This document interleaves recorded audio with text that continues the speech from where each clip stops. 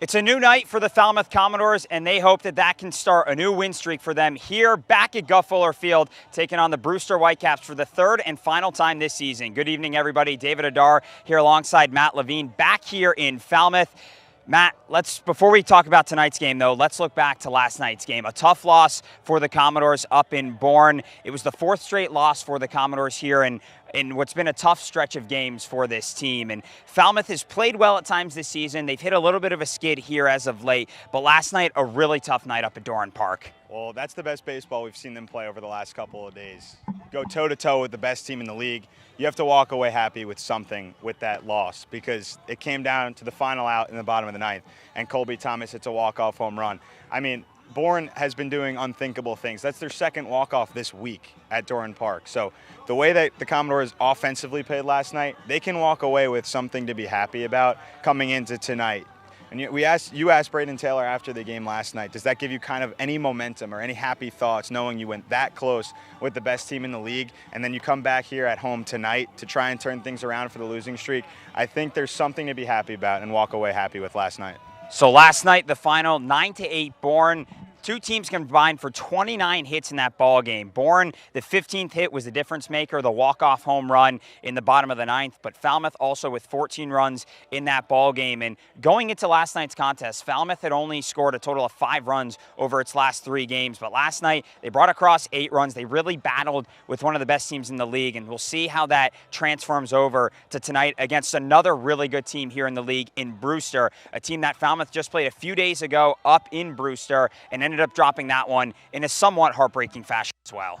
Well, they've played twice already. 14-2 was their first win. Then they lost 8-3 against the Whitecaps, a game where they had the lead and then in the 7th inning gave up 5 runs. It's just things like that where if you limit the defensive errors and you pitch well late in the game, you're probably in a chance to win offensively. Last night, they did enough pitching-wise to stay in the game offensively.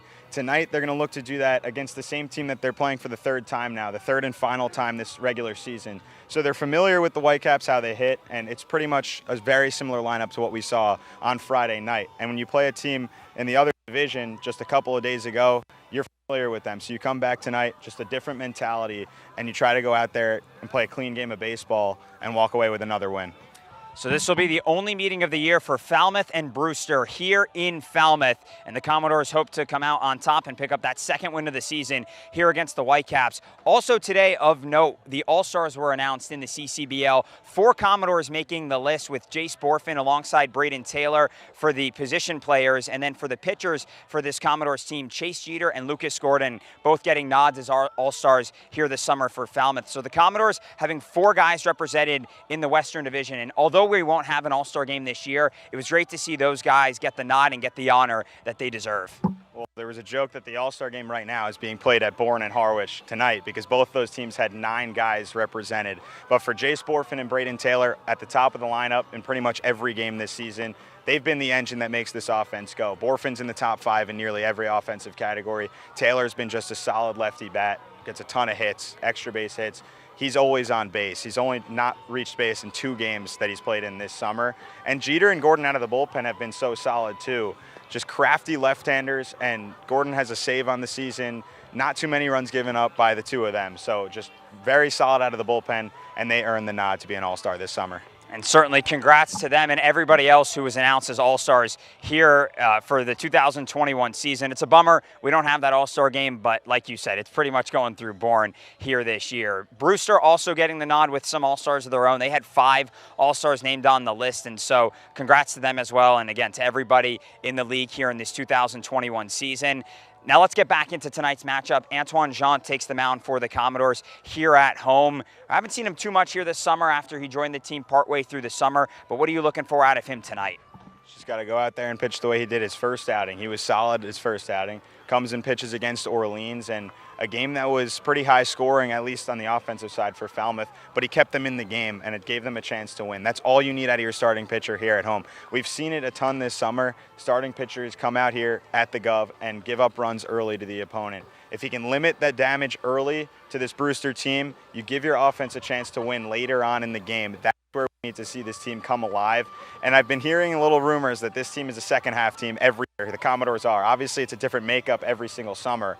But if they're going to be a second half team, they got to win here at home. And they've only won twice here at the Gov. So a solid start, damage early, pass to your bullpen, who has been pretty solid, and then give your offense just a chance to win every night.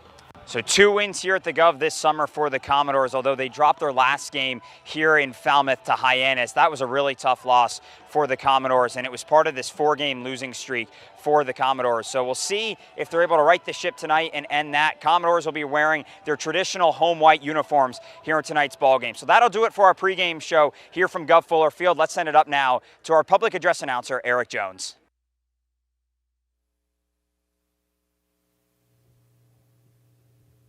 Before any of the other festivities tonight, we would like to welcome Jerry Smith, birthday girl as well as president of the Newcomers Club, to present the club's donation on the field.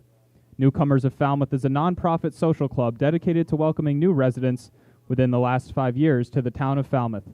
The club provides opportunities for you to become part of the community and to make lifelong friendships through participation in activities and programs of mutual interest. Not a new resident? You qualify for membership if, within the last 5 years, you have retired or have had a life-changing event such as a divorce or the death of your spouse or partner. As part of the donation tonight, the Newcomers Club will be purchasing a brick as part of the Buy a Brick program. To receive this donation, we would like to welcome Cape League as well as our own Commodores president, Chuck Sturdivant.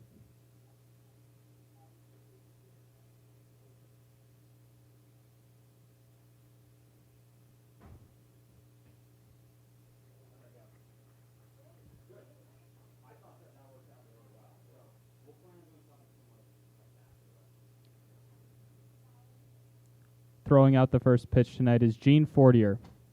Jean lives in East Falmouth and is the immediate past president of the Newcomers Club. She is excited to be here tonight to throw out the first pitch.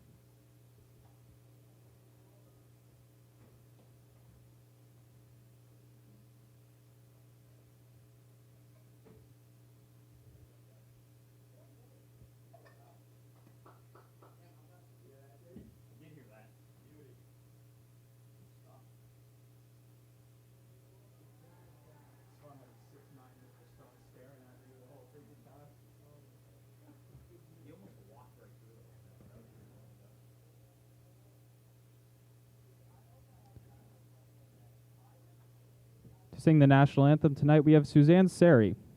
Suzanne is a resident of East Falmouth and has sung with many local organizations.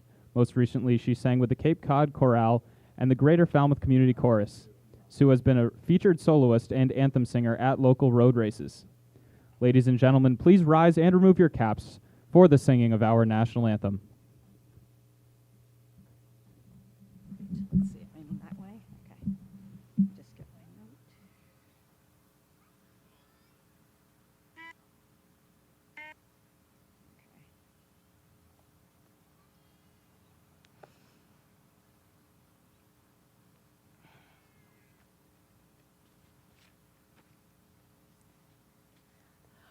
Oh, say, can you see by the dawn's early light what so proudly we held at the twilight's last gleaming, whose broad stripes and bright stars through the perilous fight o'er the ramparts we watched were so gallantly streaming, and the rocket's red glare, the bombs bursting in air, gave proof through the night that our flag was still there.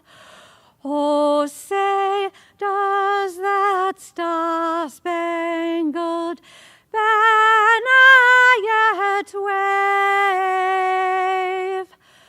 o'er the land of the free and the home of the brave?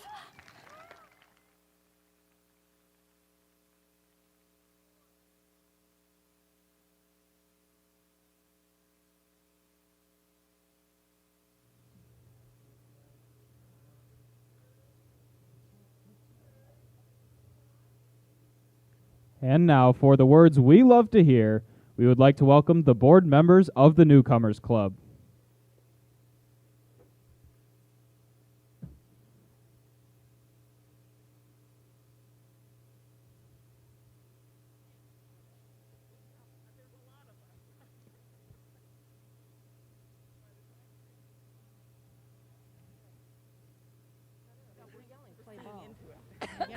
Ready, guys? Let's hear it.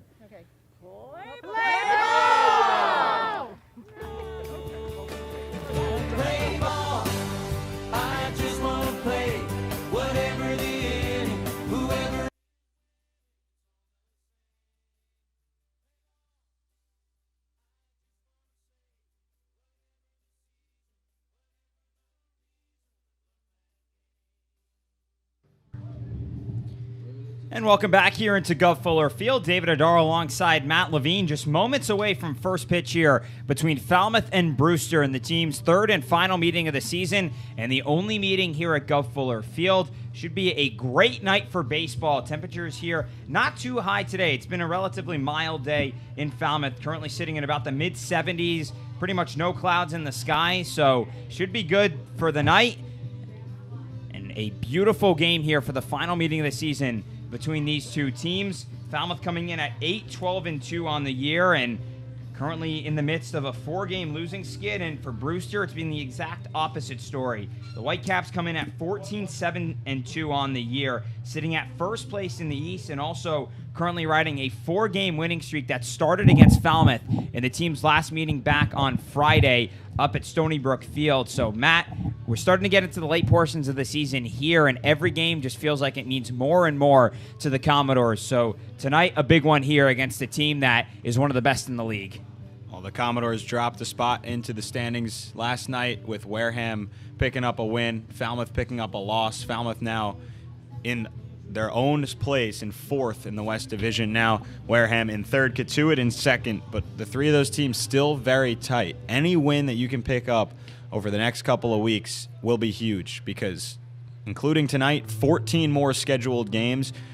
You'd have to assume there's going to be at least a couple of rainouts in there over the course of the next 14 games. So this year, it's going to have to start at some point, probably tonight here at home, against a team that you crushed already, and then you lose a heartbreaker to them. So if you go back to that mindset, knowing the way they handled them in their first meeting of the season, 14-2 with 6 home runs, if they go back to playing that loose game of baseball, they're going to be in a good spot to try and make a little bit of a run at the end of the season. So Falmouth in the midst right now of not only that 4-game losing skid, but also one of its toughest parts of the schedule here. At Bourne last night, first place in the league, and Falmouth almost took a point from them. That game was 8-8 in the bottom of the ninth, and with one swing of the bat with 2 outs in the inning, Colby Thomas hit a walk-off home run. And here at Gov Fuller Field, it's been a bit roughed up in his first couple of outings here this summer. He's gone a total of 5 innings in his first 2 starts with an ERA of 7.2. He's given up 4 total runs over those 5 innings. And Matt, tonight he's just going to be trying to limit the damage against this Brewster team.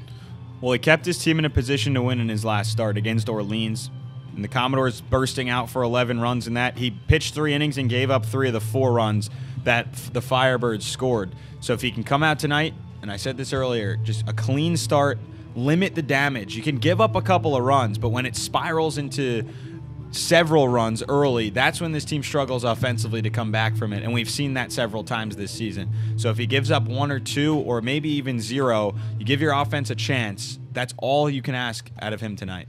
Tonight's lineup for the visiting Brewster Whitecaps, coached by Jamie Shevchuk in his 7th season with the Whitecaps. Mac Bingham out of Arizona will lead things off. Chad Castillo bats second and plays out in left field. Chris Lanzilli plays out in right field and bats third. Spencer Jones out of Vanderbilt bats fourth and plays at first base. Curtis Byrne, the 5-hitter, does tonight's catching duties. Alex Freeland, the 6-hitter, plays at third base. Nick Biddison, the 7-hitter, at second. Trey Faltini, the shortstop, bats 8th. And Tyler Dellerman, the designated hitter, will round out this lineup as Antoine Jean gets us going here at 6:03 on a beautiful night here in Falmouth. And the first pitch of ball to Mac Bingham. Falmouth dropping its last contest here at Gov Fuller Field 2 nights ago to the Hyannis Harbor Hawks. A tough night for Falmouth at the plate. They mustered up just 1 run in that loss and only brought across 3 hits while also allowing 3 errors to the league's worst team. And Harborhawks, after last night's win, have now won 2 in a row as the count goes to 2-1 now on Bingham. Bingham this season hitting .188 for the Whitecaps, playing in his 12th game here tonight for the visiting side. Just 1 for 7 against Falmouth in the couple of games that these two teams have played up to this point. And he swings through strike 2 as the count goes even here for Antoine Jean. Defensively for the Commodores tonight, we'll go from left to right in the outfield. Luke Boyers is in left, Doug Hodo in center, and Anthony Hall in right. Moving into the infield, Braden Taylor at third, Casey Harford at short, Michael Curiali at second, and at first is Chris Armstrong, and Jonathan French on the receiving end of that pitch is tonight's catcher, as Antoine Jean able to pick up his first strikeout of the night there on Mac Bingham. Fielder from California Baptist University, number 51, Chad Castillo. So Jean now has 5 strikeouts on the season. Fell behind early on Bingham, but then battled back from a 2-0 count to pick up the first out of this inning. And that brings up Chad Castillo here for Brewster.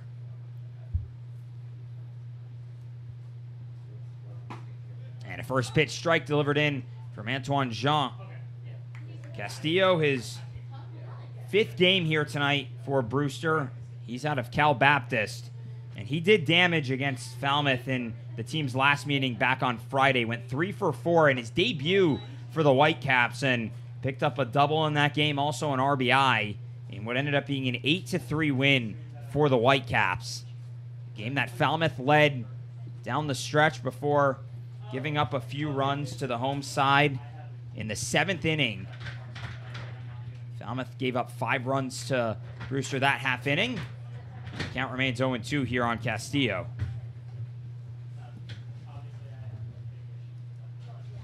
That was probably one of the toughest outings for the bullpen this summer, Matt. Chase Jeter went 3+ innings and gave up 3 runs, all of which were when he came out for his 4th inning, but he couldn't pick up an out in that inning. And then Wesley Sweat came on in relief and went 2 innings, gave up 6 hits, 4 runs, and the bullpen just really struggled.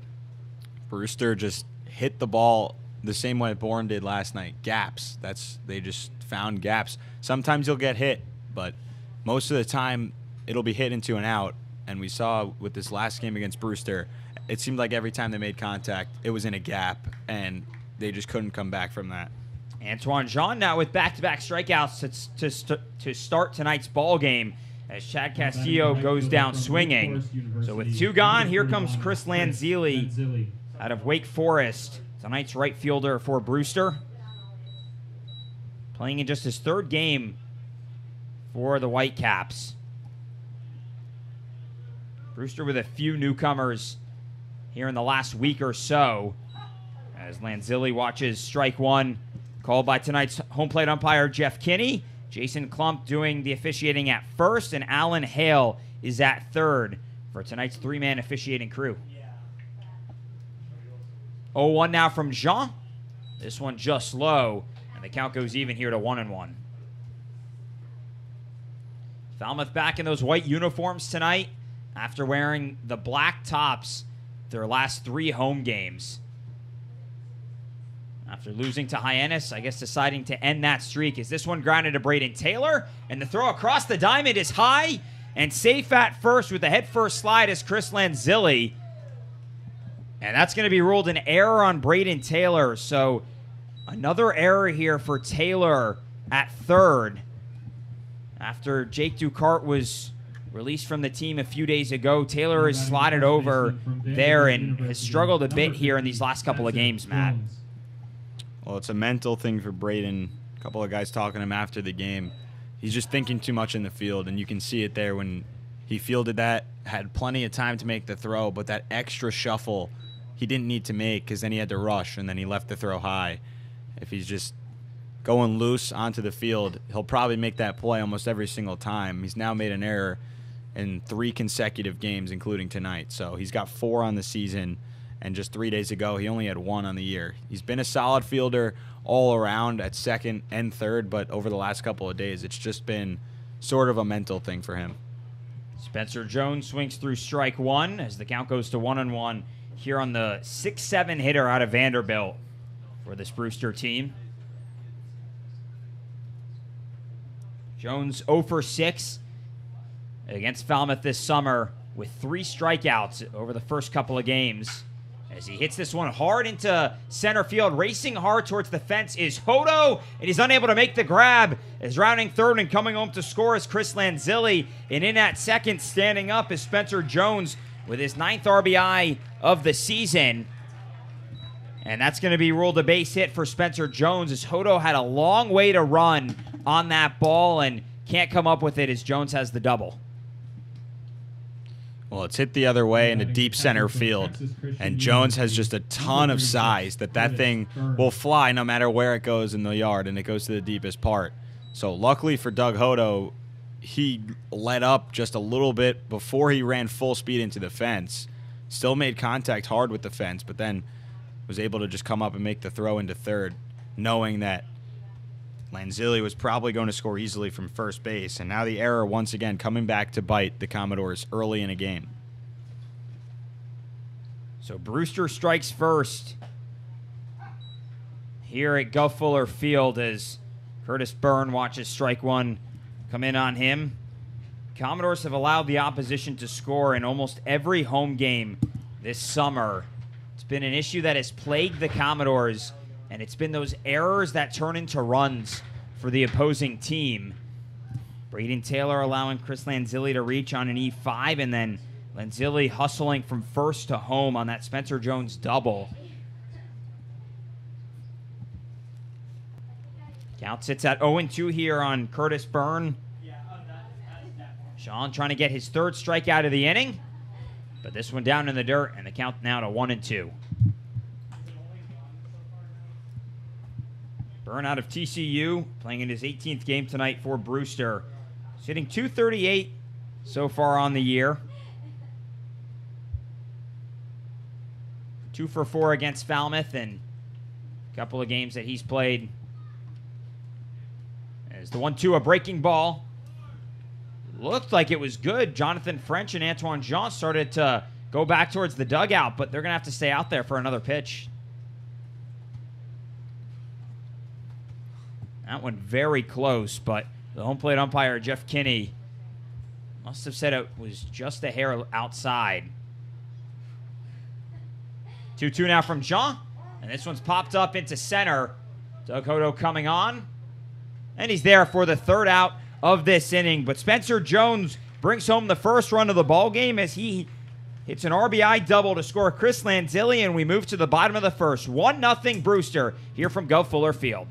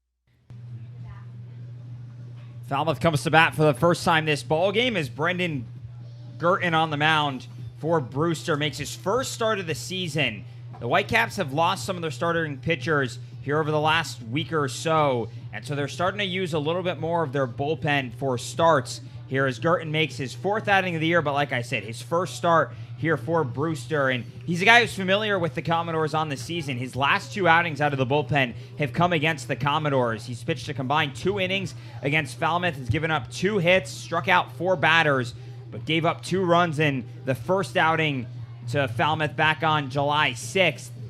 And so far on the year, his overall numbers, 4 innings of work, 7 strikeouts, but a 6.75 ERA.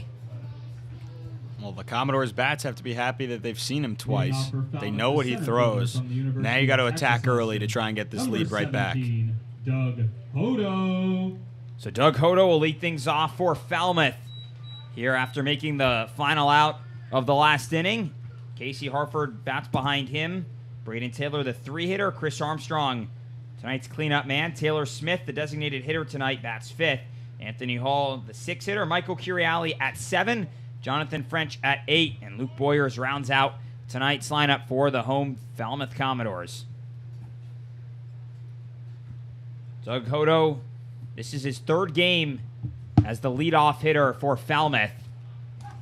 As the count goes even to 1-1. Playing in his 8th game for the Commodores, but a guy who's kind of batted around different parts of the lineup here over the early part of his season here in Falmouth.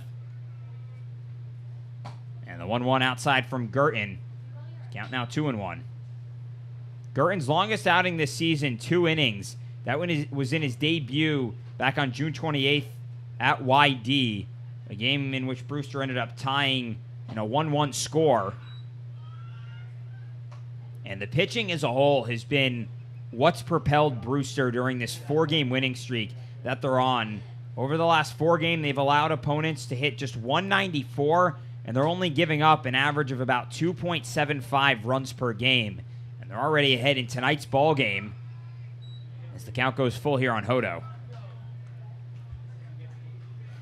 So the offense is there for Brewster, but it's been the pitching really over these last few games. And like I said, coming into the inning, they're starting to use some of their bullpen guys a little more as starters, as this one's grounded into Alex Freeland, and the sidearm throw from the 3rd baseman. And they're going to say that Spencer Jones was off the bag. He can't believe it.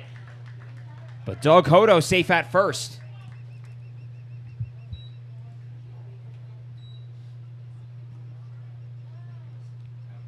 Tough to see there, but looked like Jones, once he looked back, didn't really argue, so you have to think he's guilty in that way of coming off the bag. And that throw was a little bit up the line, nearly drilled Doug Hodo, which forced Jones to come off the base.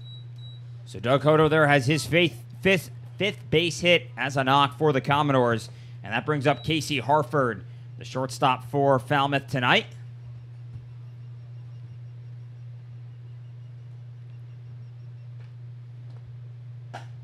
First pitch, he swings through for strike 1. So both of the 3rd basemen for each of the teams having little trouble over at the hot corner in the early portions of this ball game. Braden Taylor with an E5 back in the 1st that ended up eventually allowing that runner in Chris Lanzilli to score. And then there, Alex Freeland throwing that one just off the bag for Doug Hodo to reach. That throw over sails way over Spencer Jones, and Doug Hodo is going to take off for 2nd as that ball lands right by the Commodores bullpen. So Doug Hodo will take advantage of that. Commodores already here have a runner in scoring position. And both teams already with a hit and an error in tonight's game. This is what happens when you get guys on base. Saw it last night. Scored runs when you didn't even get a hit with guys on. You get a ground out for the first run, get a couple of sacrifice flies, things like that. When you get guys on, the fielders can make errors to move you up, and then you just have to execute properly in the batter's box to bring those runs across. Now you have a guy in scoring position with no outs here in the 1st inning, and the heart of the order is up. So they're in a good spot to try and tie this game, but you got to be able to execute with runners on. Casey Harford behind in the count, 0-2 here against Brendan Girton.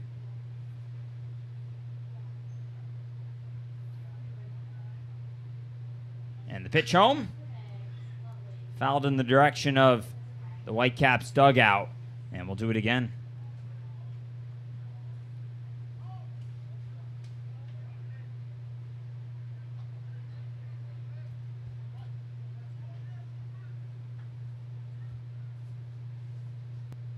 Doug Hodo standing at second here in the bottom of the first. And the 0-2 again to Hartford is outside. And the count now 1-2 here on the University of Tennessee Martin hitter. So Falmouth last night able to bring home 8 runs on 14 hits. And so far tonight, Doug Hodo with the leadoff single. And then moving to second on the E1 is this one is again foul down to Alex Freeland. And the count remains 1-2. So Hartford putting together a good at-bat here, fighting and fouling off pitches. Just trying to get one to go his way and get into the field of play. Hartford's been a good hitter for Falmouth over his first couple of games, hitting .571. He's 4 for 7 at the plate. And last night in the loss to Bourne, he went 3 for 4 at the plate with 3 singles and also drove home a run. 1-2 again. And this one he swings through for the first out of the inning. That's only the first time that Hartford has gone down on strikes so far in his 3rd game now. He's got 4 hits already. A double, a run, an RBI. He's done everything but strike out until then. He hasn't walked either yet, but he's a tough guy to strike out. We've been talking about that over the last couple of games. But now you got one of your best hitters up in Braden Taylor. If he can continue the way he's been hitting, there should be no issue for Falmouth to tie this game in the first.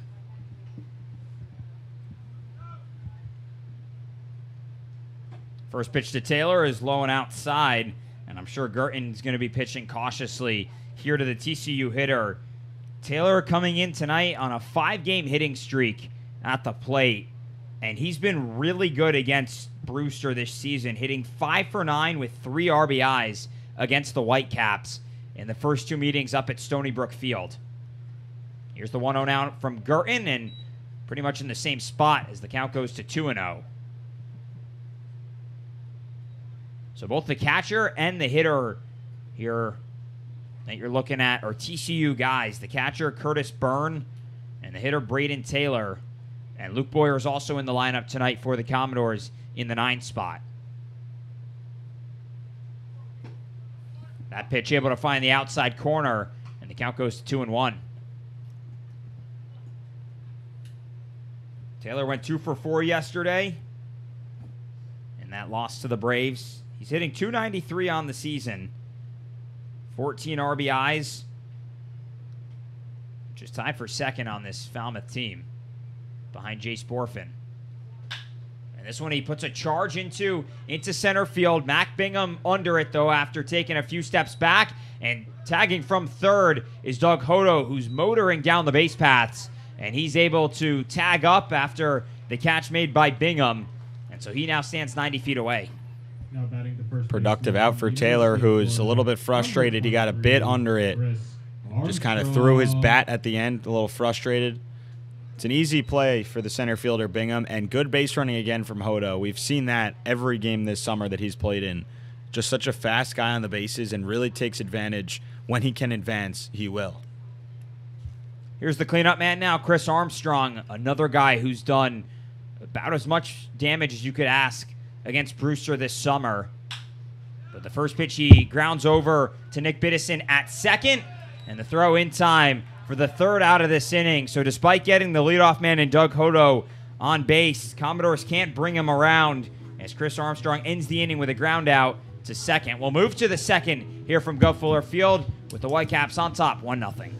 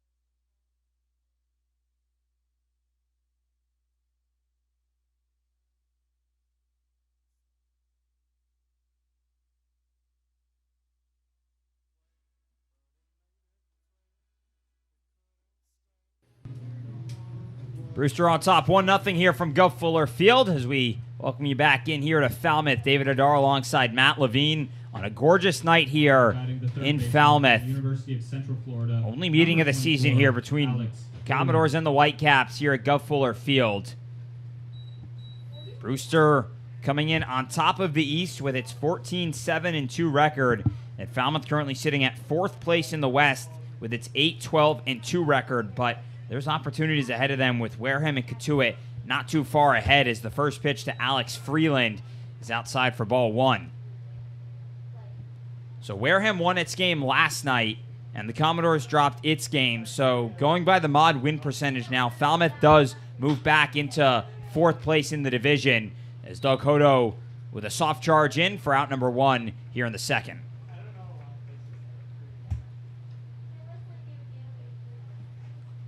So as it currently stands, Cotuit's mod win percentage is .478, Wareham's is .417, and Falmouth's is .409. So there are all three of those teams not separated by too much, and Falmouth still has a few games against Cotuit remaining, still has a few games against Wareham remaining, and has a meeting with Bourne tomorrow night, along with one more after that.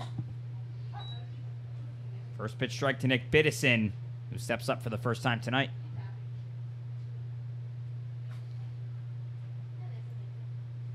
Biddison out of Virginia Tech. Didn't play against the Commodores in the last meeting between these two teams back on Friday, but he went 0 for 3 in the first game.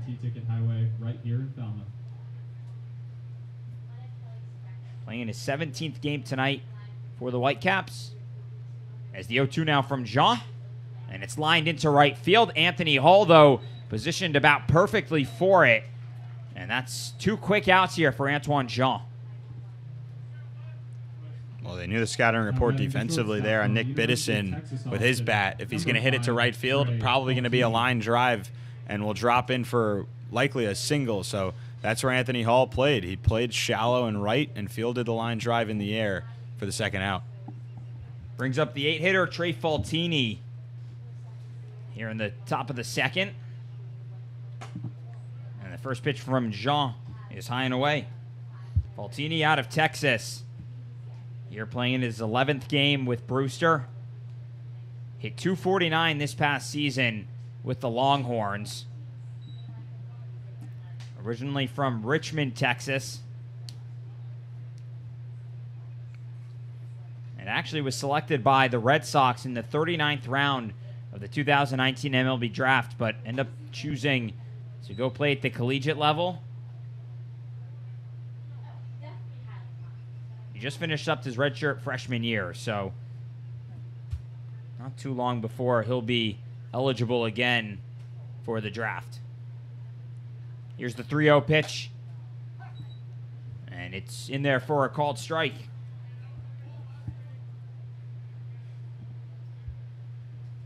Brewster leading this game 1-0 after a 2-out RBI double from Spencer Jones back in the first.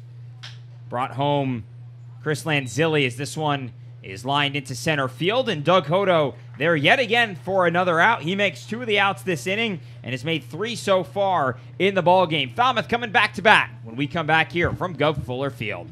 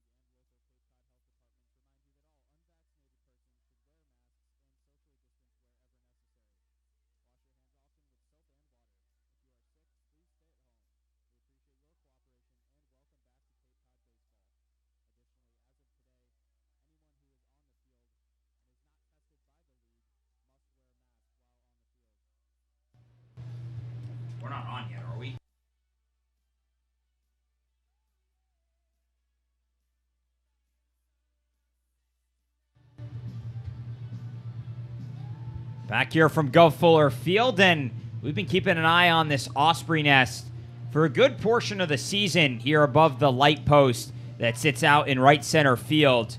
And it looks like a couple of birds up there right now enjoying this ball game and getting a good bird's eye view, no pun intended, of the ball game that Brewster currently is leading 1-0 here at Gov Fuller Field. Matt, we saw its wings flapping. They're doing it so again there as we cut away from it. I would not want to meet one of those. Why? They're friendly. Yeah, you think so. I know a couple of people that have like a deathly fear of birds. Any type of bird, if it's near them, they'll run away. Really? Yeah. I'll say this. I think birds, this is a conversation we've had off the air, but I think birds have some sort of a good eye for cars because they love to just drop bird poops on my car as Taylor Smith with the first out of this inning, a ground out to Alex Freeland. But I feel like every morning when I'd wake up at school, I'd always have some new present on my car. Now batting the right fielder. Well, they know exactly who to go to. Number 35. They always call. I don't know why, but they always come for mine too. And in the parking lot where we live, it's every day. It's gotta go get a car wash. One gone here for Anthony Hall here in the bottom of the second. And the first pitch he sees, he grounds up the middle. Trey Faltini with a charge over to his left. And the throw in time for the second out of this inning. So Brendan Gurton has had to throw 2 pitches here in the inning, and there's 2 outs.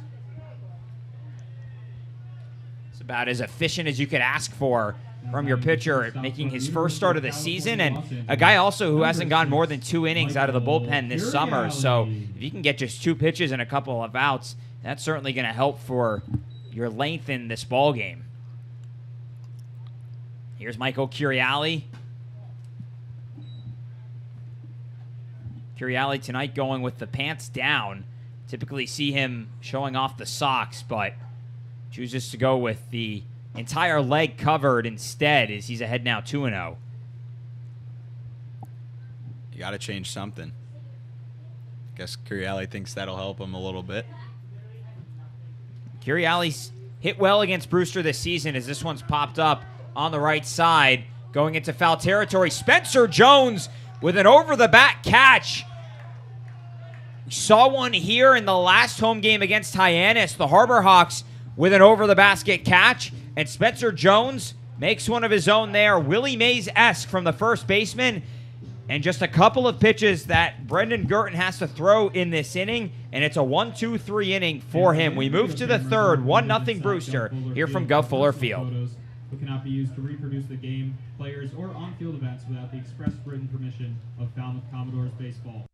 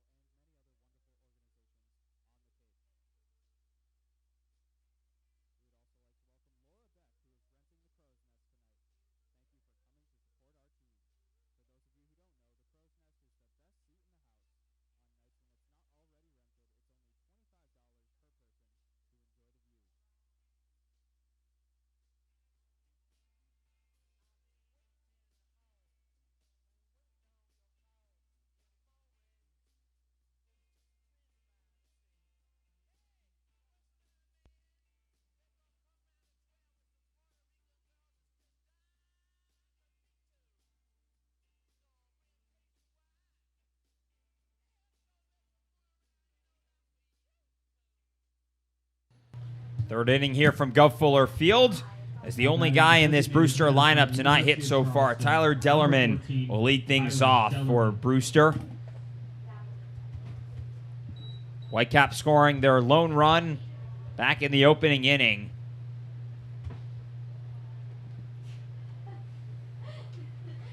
Antoine Jean still on the mound here for Falmouth as he delivers a first pitch ball to Tyler Dellerman. Commodores' bats went down about as quickly as we've seen all summer back in the second. One pitch to Taylor Smith and he grounded out. One pitch to Anthony Hall and he grounded out. and just 3 pitches thrown to Michael Curiali before he popped out to Spencer Jones at first. So only 5 pitches thrown that inning by Brendan Gurton. That's not bad for efficiency. Here's the 1-1 now from Jean. And swinging through it is Dellerman, who's playing in just his 2nd game with Brewster out of the University of Charleston. His debut was against Wareham back on Sunday, and he went 0 for 1 with a strikeout in that game. And he's even up here at 2-2.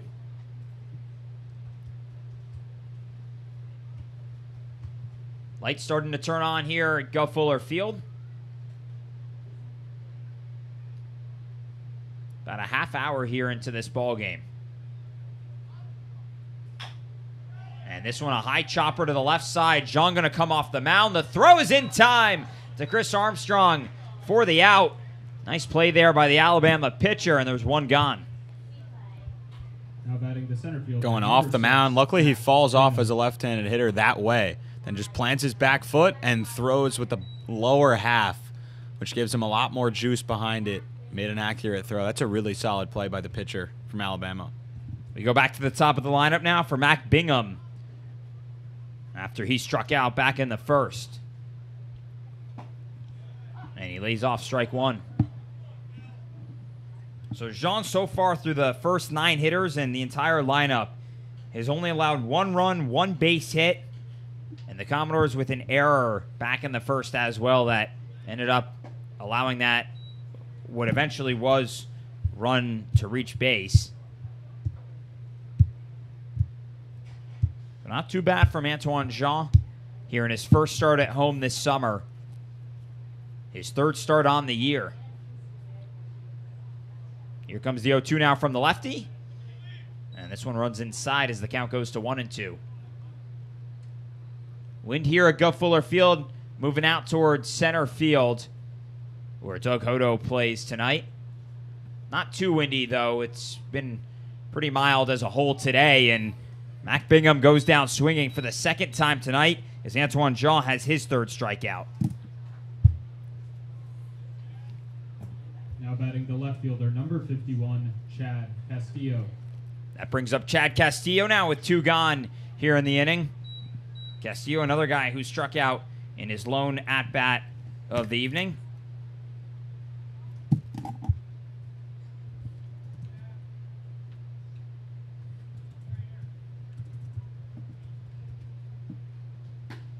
And a first pitch strike from Jean.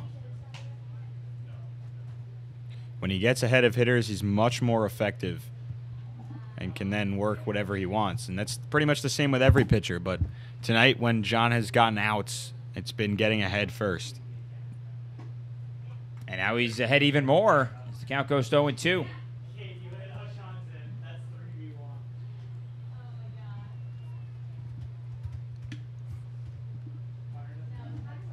So Jean looking for his second 1-2-3 inning of the night. Had one in the second. And an opportunity to pick one up here, and he does so. As this one had some soft contact on the ground. So first, Jonathan French's throw. And now it's a 1-2-3 inning for Antoine Jean as he picks up his 4th strikeout of the night. And we'll move to the bottom of the 3rd. Falmouth looking for that run to come back in this ballgame. See if they can do it when we come back from Guff Fuller Field.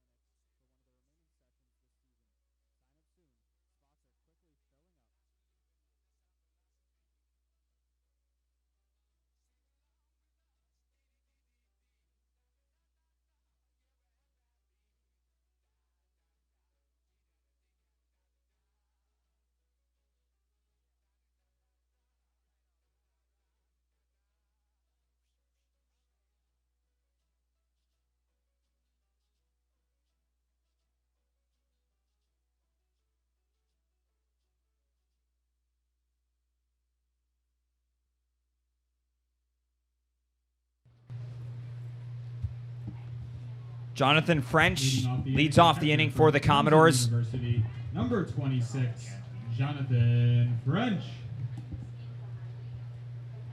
8-9-1 set to come up this half inning for the Commodores. As French digs in for the first time tonight. Tonight's catcher, who picked up the final out back in the top of the third. And he swings through strike one from Brendan Girton. So Girton really in command so far tonight. Gave up a leadoff single to Doug Hodo. And ever since he's retired, 6 straight Commodores. The guy who hasn't gone more than 2 innings this summer out of the bullpen for the Whitecaps. But he's been really solid in the games he's played up to this point, as French now ahead 2-1. So Brewster tonight playing its only game of the season here at Gov Fuller Field, and this is also the only team that until today hadn't come to Falmouth at this point in the season. Everybody else has played here. Actually, I guess YD officially hasn't. They were supposed to play here a week and a half ago, but Tropical Storm Elsa ended up having other plans. YD will end up coming here at the end of this week on Friday for what will end up being their only game here.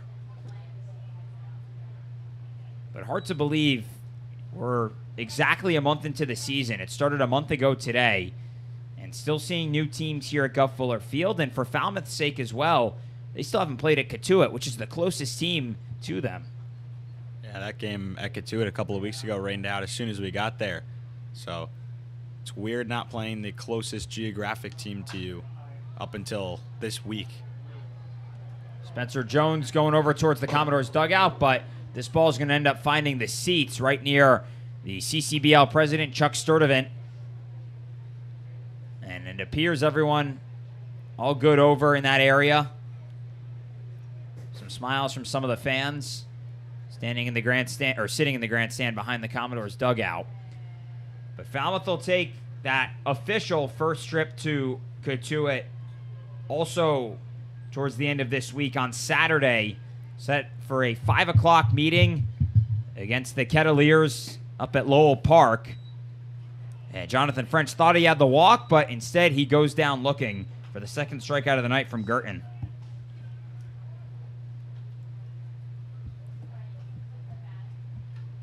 Otherwise, though, for the Commodores, they've played everywhere else in this league up to this point. They've only got one more game at an Eastern Division team. That's at Chatham next Monday at Veterans Field. Otherwise, though, the remaining away games all against Western Division teams. And still a couple more Western or Eastern teams to come here to the Gov. We mentioned YD. Chatham also come here at the end of this week.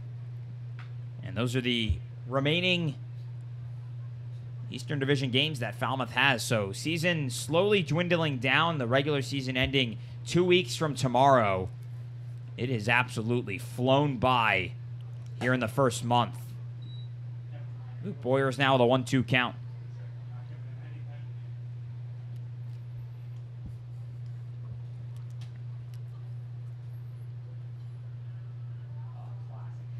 Here's the 1-2 now from Girton.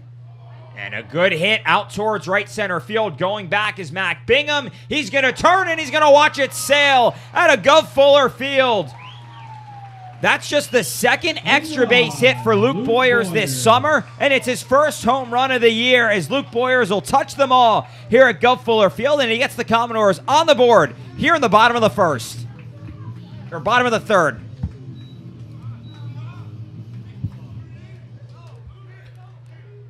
Boyer's the switch hitter, batting in the 9 spot tonight for the first time this season. He's been up at the 1 spot, but he got a pitch to hit, and he drove it out to deep center field. That cleared the fence by a lot. That has to feel good for Boyers, who's been looking for that big hit for a while. He's been getting on base with a couple of singles and walks a ton, but finally gets that big extra base hit and ties the game here in the third for Falmouth. So on one swing, these two teams back even as Brendan Girton gives up the run. And now we're back at the top of the lineup here for Doug Hodo, who's the only other guy tonight with a base hit. So the 1-hitter and the 9-hitter, the only Commodores so far to have base hits through the first time through the lineup.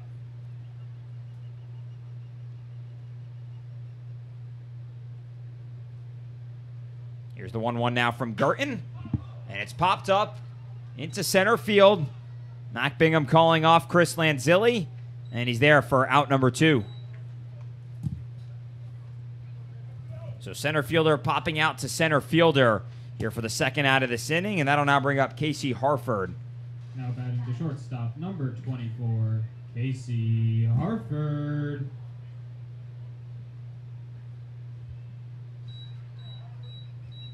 Going back, though, to that Luke Boyers home run, he's not known as being a power hitter, typically the leadoff man for the Commodores. With TCU this past season, he had 1 home run, and he now has 1 home run with the Commodores. And so a guy who we were able to talk with after the game at Harwich the other night,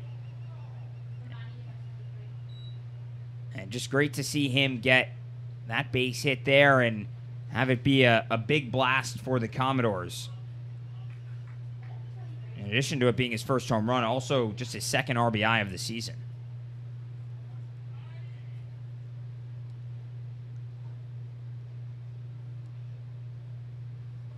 Count sits at 1-1 here on Casey Harford, and the pitch from Girton.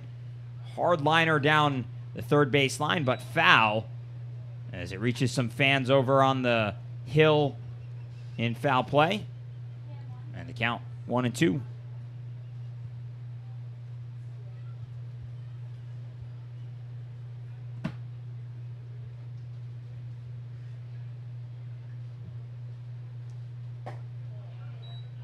And that pitch outside on a breaking ball. So the count now 2-2.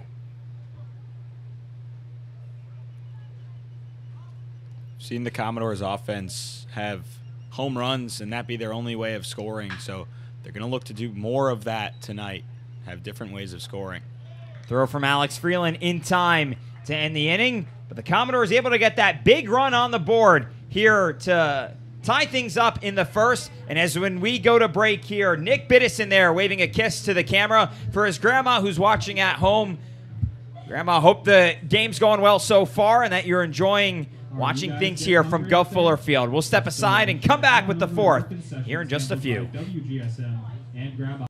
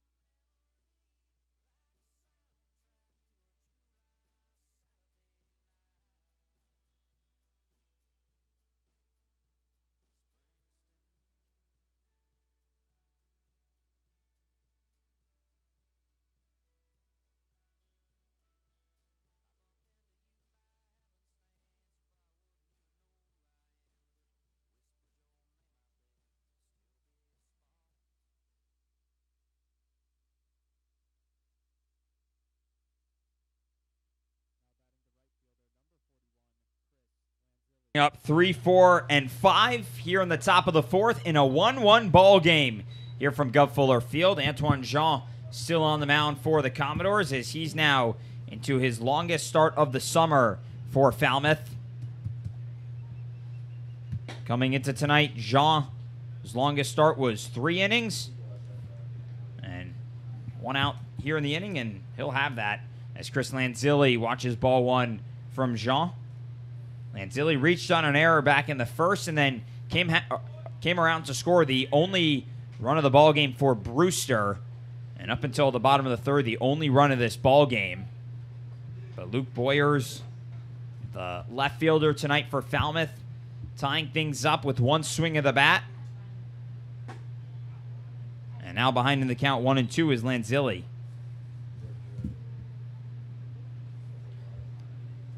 Lanzilli, tons of accolades at Wake Forest. He was a second-team All-American back in 2019. As this one's popped up on the right side, Chris Armstrong an opportunity to play it, and he's able to do so as some of the bullpen vacates for him to get to that ball. And so there's one gone here as Lanzilli set down for the first time tonight. Armstrong always looking comfortable when he's tracking pop-ups, whether that's in foul territory, whether it's behind the mound in the infield. He knows his spot that he has to get to, and he's pretty much made the play every single time it's hit to him. That brings up Spencer Jones, who has the only base hit of the night for Brewster. And he watches strike one on the inside corner. An RBI double into center field with 2 outs back in the first for his 9th RBI of the season and his 3rd double of the year. But he's behind 0-2 now. Jones joined the team late after playing in the College World Series with Vanderbilt. Played in 3 games in the final against Mississippi State, had 4 total at-bats, but couldn't pick up a base hit in those few games. As a whole this past season, hit .274 with the Commodores. In 34 total games played, he had 95 at-bats and was able to drive home 10 runs. So he was able to drive home 10 runs with Vanderbilt in 34 games, and here tonight, just 1 RBI now away from matching that total.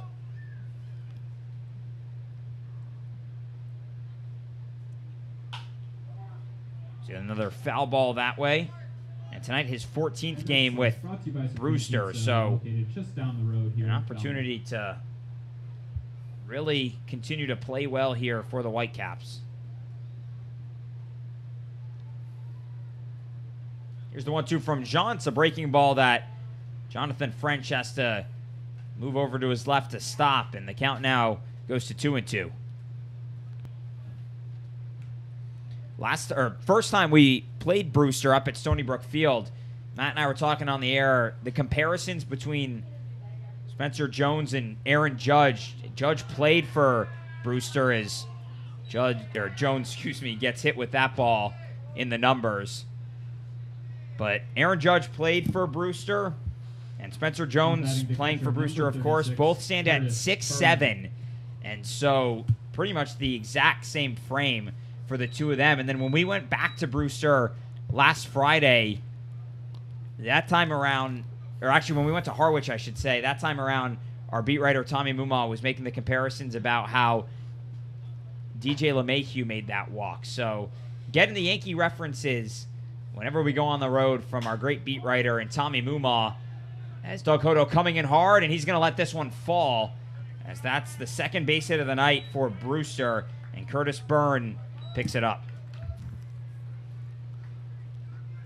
They have the same height, the runner on second in Jones and Aaron Judge, but much different weight so far based on just how young Spencer Jones is still. He weighs 225 pounds. Aaron Judge listed at a little bit above 280, which is just absolutely nuts. I don't know. I mean, I've seen Aaron Judge up close, getting to see the Subway Series right behind home plate at Citi Field.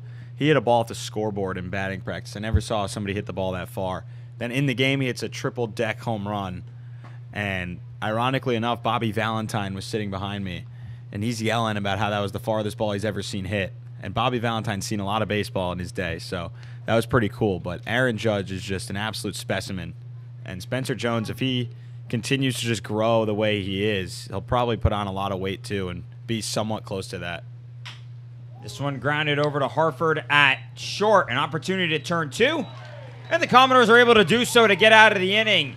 Good play by both Harford and Curiali to go together for the inning-ending double play. And it's able to get Antoine Jean out of the jam. We'll move to the bottom of the 4th. Commodores looking to take the lead here from Gov Fuller Field.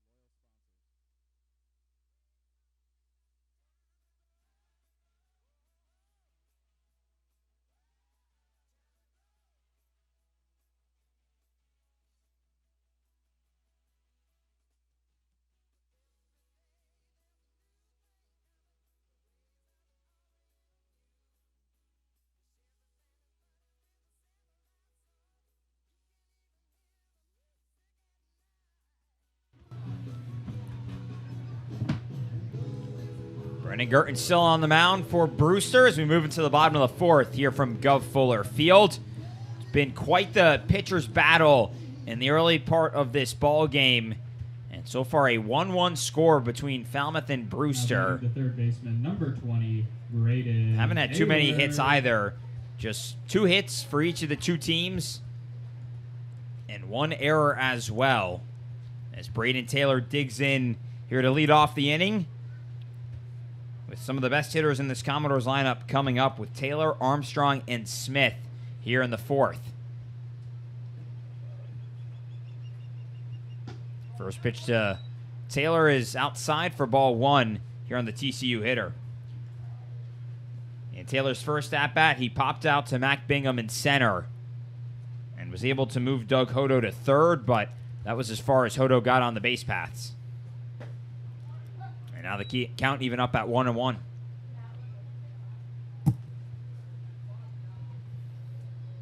Braden Taylor, one of the 4 All-Stars on this Falmouth team that was announced earlier today. Earlier this afternoon, the Cape Cod League announcing all of their All-Stars for the 2021 season. And there's not going to be any All-Star games this year, unfortunately. But each team still getting the nod with its All-Stars. Commodores had 4 in all. Braden Taylor alongside Jace Borfin, who has the night off tonight. That was it for the position guys. And then for the pitchers, Lucas Gordon and Antoine Jean each tabbed, or excuse me, not Antoine Jean, Lucas Gordon and Chase Jeter each tabbed as All-Stars for the Commodores. So those are the 4 that Falmouth had. And pretty cool to see them all get that honor. Very deserving for the 4 of them. Gordon only 3 appearances on the season. He gets the nod. A save for him. ERA under 2. He's been really good out of the bullpen. So has Chase Jeter, going long innings almost every single time. And then Taylor and Borfin have done everything offensively night in, night out. So can't say enough about the way that the 2 of them have played at the top of the lineup every day. Chase Jeter has been really good for the Commodores out of the bullpen this summer. An ERA of 2.93 in his 15 1/3 innings. 3 of the 5 runs he's given up this summer coming at Brewster in his last outing, but that was more than anything just due to the fact that he was left into that ball game for too long. And he had a rough 4th inning that he came out for and couldn't pick up any outs in that inning. But alongside him, Lucas Gordon's been good out of the pen. Jace Borfin, who tonight has the night off. The first time this summer that we can say so for the Arkansas Razorback, as this one finds a way through the legs of Nick Biddison at second. He was able to stop it, but then somehow it continued to roll through his 5-hole. And so reaching first is Chris Armstrong with a base hit. Tough play for Biddison to make, and he has to slide for it, which makes it a base hit. If he found that, would have had to make the throw from his knees, but that would have been a tough throw as well. And again, getting on base with infield hit, putting the ball in play in the infield, you get on base, even though it's a hit for Armstrong. Now you got to start to string things together offensively a little bit. You don't want to strand anybody on. First pitch to Taylor Smith, the called strike. So with that base hit for Chris Armstrong, he's now 8 for 11 on the year against Brewster. A guy who joined the team partway through the summer, but has had the best at-bats against this Whitecaps team. And he stands on now with an out gone here in the bottom of the fourth. There's now Taylor Smith behind 0-2. And in the 14-2 win for Falmouth, Armstrong homered from both sides of the plate in that game at Brewster. Haven't seen that too often in baseball, but Armstrong did it. And Commodores hit 6 home runs in that game, so a lot of them came with runners on, which is why they poured on so many runs, scoring 14 in that game. Armstrong playing his 13th game for the Commodores here tonight. And on 3 pitches, Taylor Smith goes down looking for the second out of this inning. A breaking ball for Girton froze up Smith. Looks like it's going to come inside on him from the right-hander, and then it just drops in on that corner. And at that point, it's too late to pull the trigger for Smith, and he goes down looking at it. Brings up Anthony Hall with 2 gone now in the bottom of the fourth. Chris Armstrong standing on first. Hall 0 for 1 tonight. He grounded out to Trey Faltini at short in his first at-bat in the second. And the first pitch to him outside for a ball. So Falmouth now with 3 total base hits in the ball game. Only had 1-1-2-3 inning tonight. That was in the second.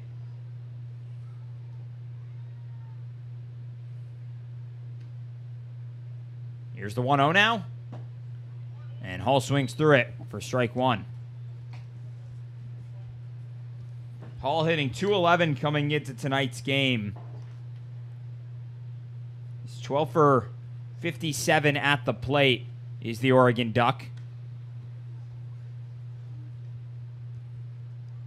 And the 1-1 now to him is fouled into the backstop. And the count goes to 1-2.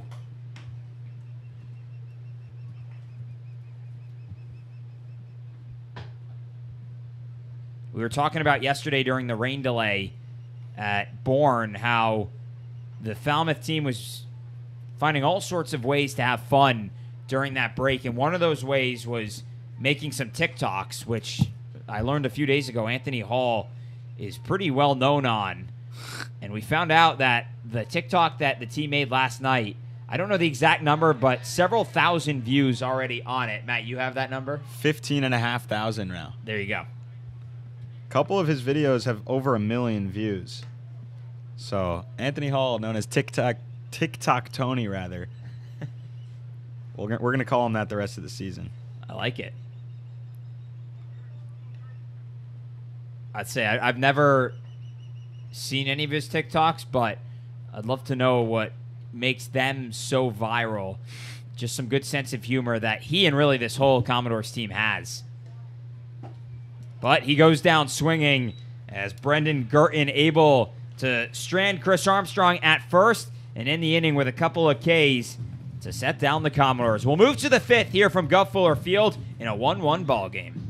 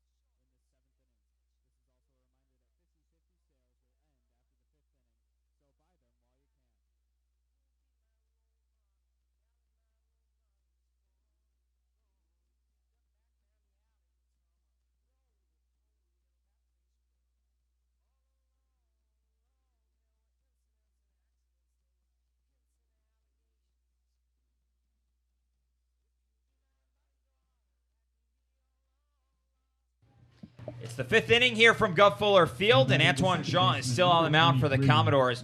Nobody warming up in the bullpen yet for Falmouth, so for the time being, this is his ball game. Starting off the inning for the visiting Whitecaps is Nick Biddison with 7, 8, and 9 set to come up this half inning.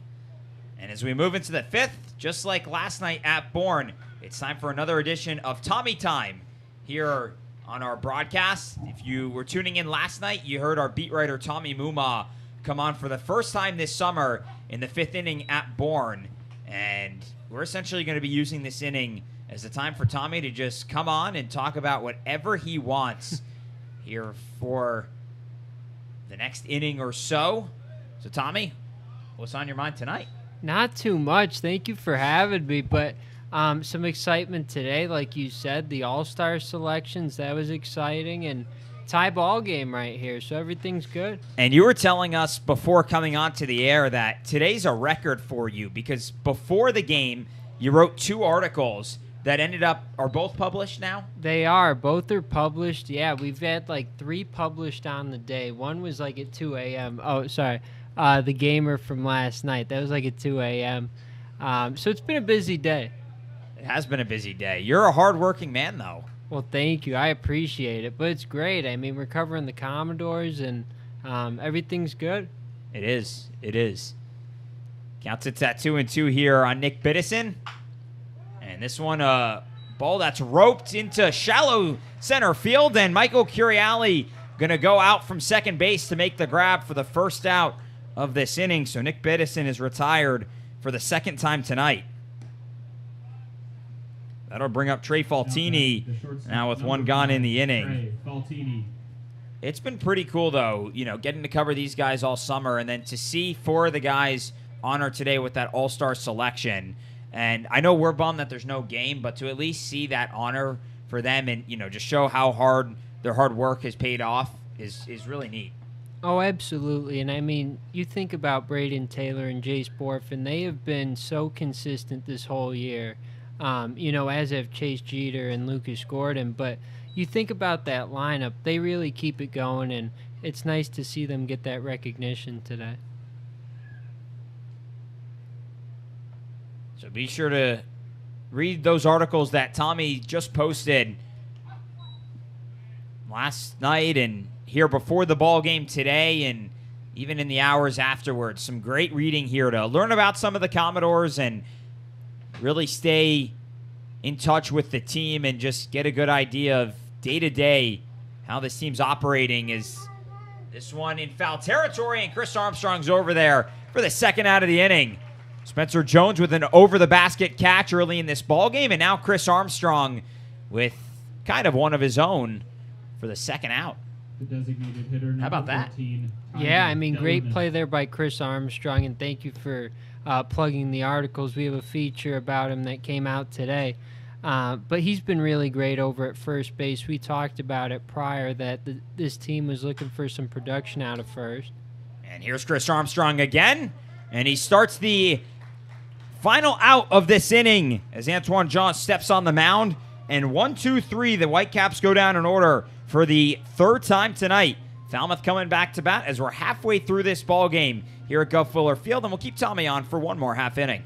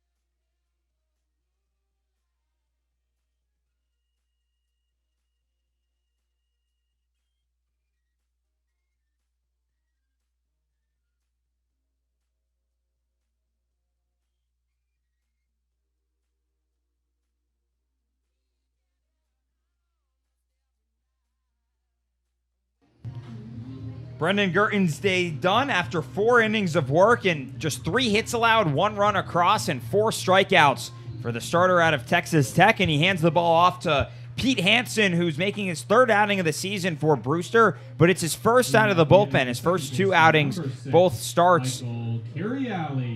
So he comes in now after 7 innings of work on the summer, an ERA of 10.28. The left-hander out of the University of Texas. And he'll start things off against Michael Curiali here in the 5th. A game that has really sailed by up to this point. And happy to still have with us here on the broadcast Tommy Muma, our beat writer here in Falmouth. Tommy, what more is on your mind tonight? Let's see. I gotta think about that one, but nice to see Luke Boyers, like you said, his second extra base hit of the year, hitting a home run out to center there. So nice to see some production there. But this offense, we've seen at times, Dave, right? They, they struggle a little bit. They come out with a big performance last night, 8 runs, and then nice to see production out of him today. Just 1 run across so far on 3 hits. I mean, it's been a pitcher's battle up to this point, and neither of the starters really budged much in this ball game.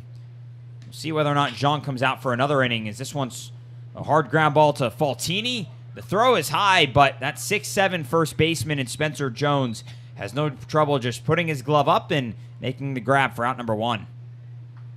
So we've talked about, I said it here earlier in the broadcast, we made the comparison with Aaron Judge. You were talking about the other day DJ LeMahieu when we played at Harwich. Who are some of the other guys that, whether it's Yankees or just overall Cape Cod League players or alums, that are now playing in Major League Baseball that when we've gone places kind of make you go, wow? Yeah, well, I think you take a look at the Phillies, right? Rhys Hoskins and Alec Boehm over there. I think that's really impressive to have 2 guys starting in their infield from the Commodores. And there's so many. I mean, taking a look at the media guide here, we got Evan Longoria on the cover, and he's put together a great career. There's just so many guys that come through this league. Try to think of some others. Adley Rutschman, who we haven't seen yet, Major League Baseball, played for the Commodores briefly, number 1 overall pick back in 2019. So it's really impressive. Yeah, Buster Posey as well. That's another great one. And thinking about Red Sox, I mean, Pedroia came through here, I believe, and so many great names that have come through the Cape. Jonathan French behind in the count here at 1 and 2.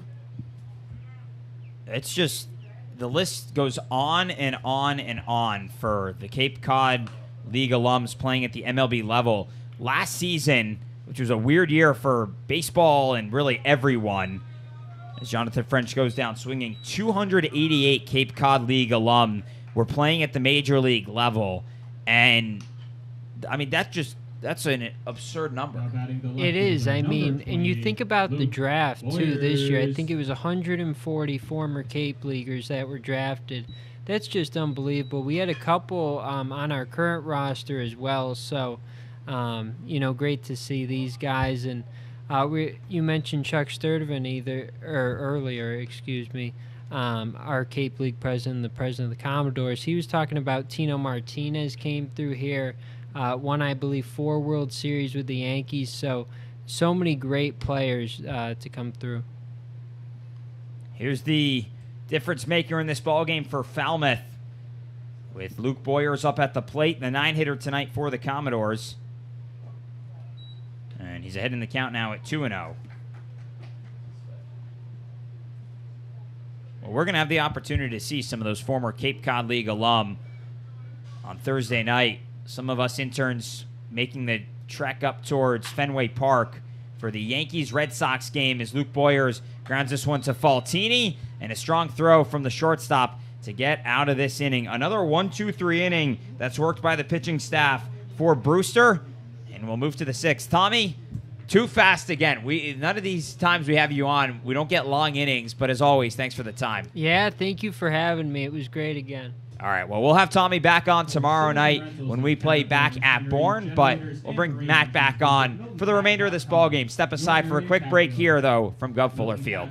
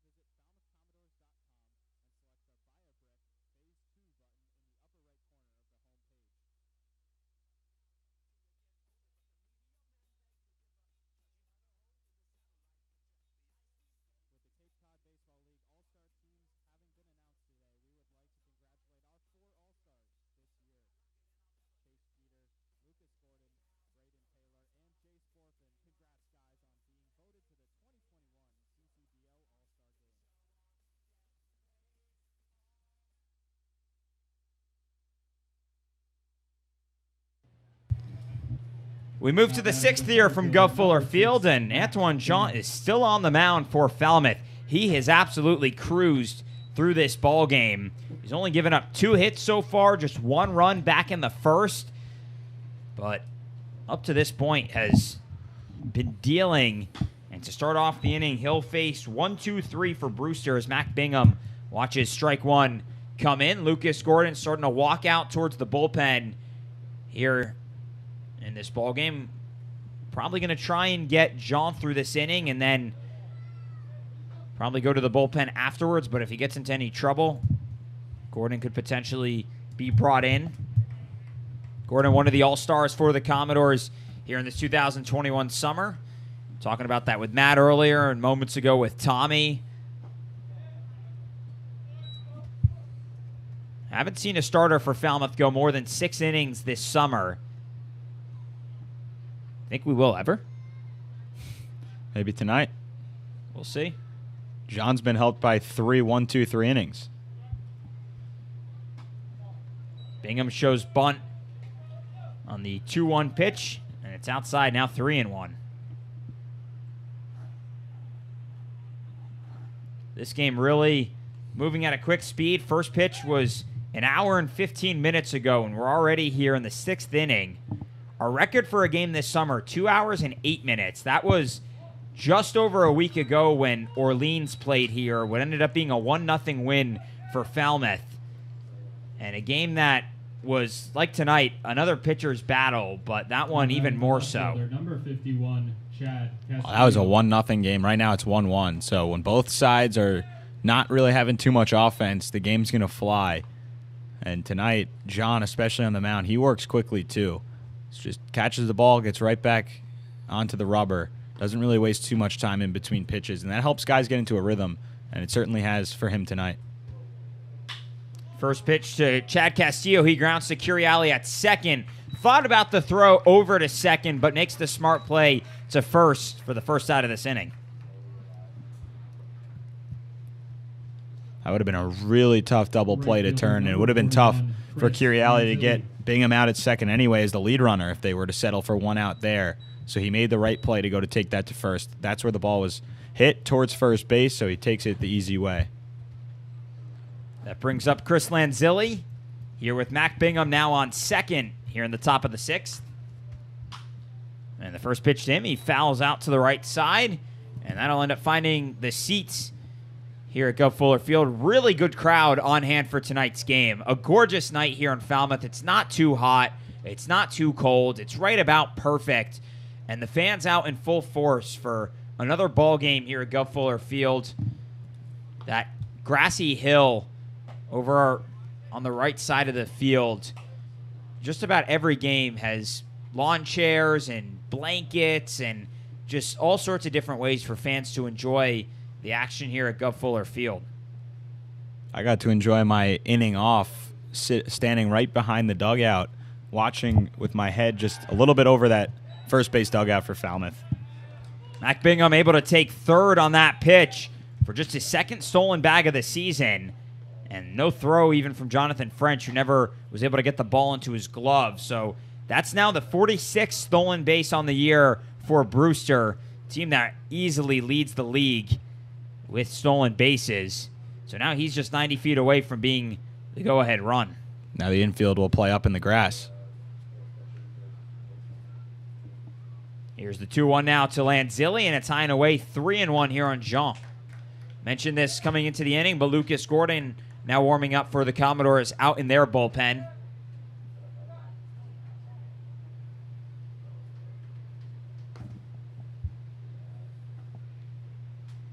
Here's the pitch from Jean, and it's foul, so the count goes full here on Lanzilli.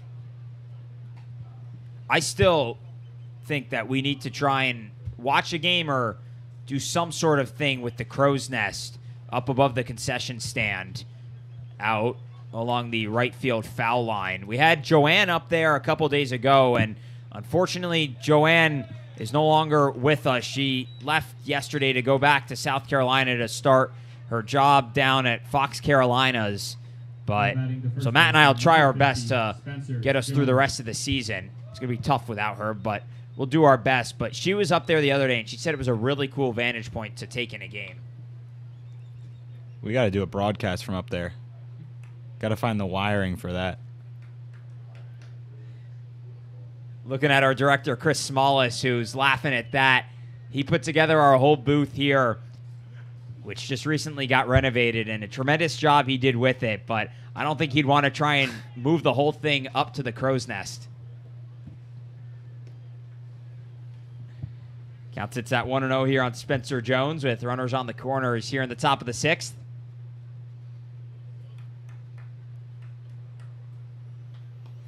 Jones brought home the only run of the day for Brewster back in the first, scoring Chris Lanzilli from first.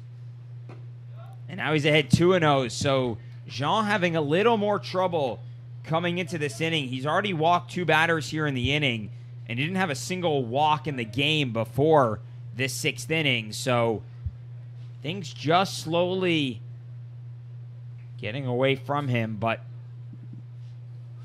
see what he's able to work through the rest of this inning.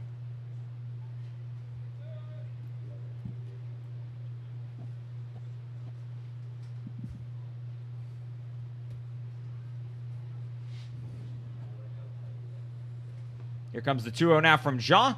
And it's a breaking ball in there for a called strike. Jean tonight with 3 1-2-3 innings, like Matt mentioned earlier. Had one in the 2nd, one in the 3rd, and then back in the 5th, had one as well.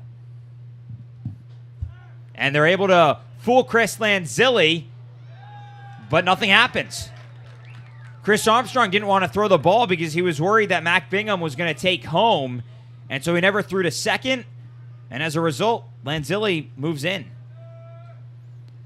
Well, Jean guessed right. Lanzilli was running on the pitch, so he attempted to pick him off as the left-hander can do.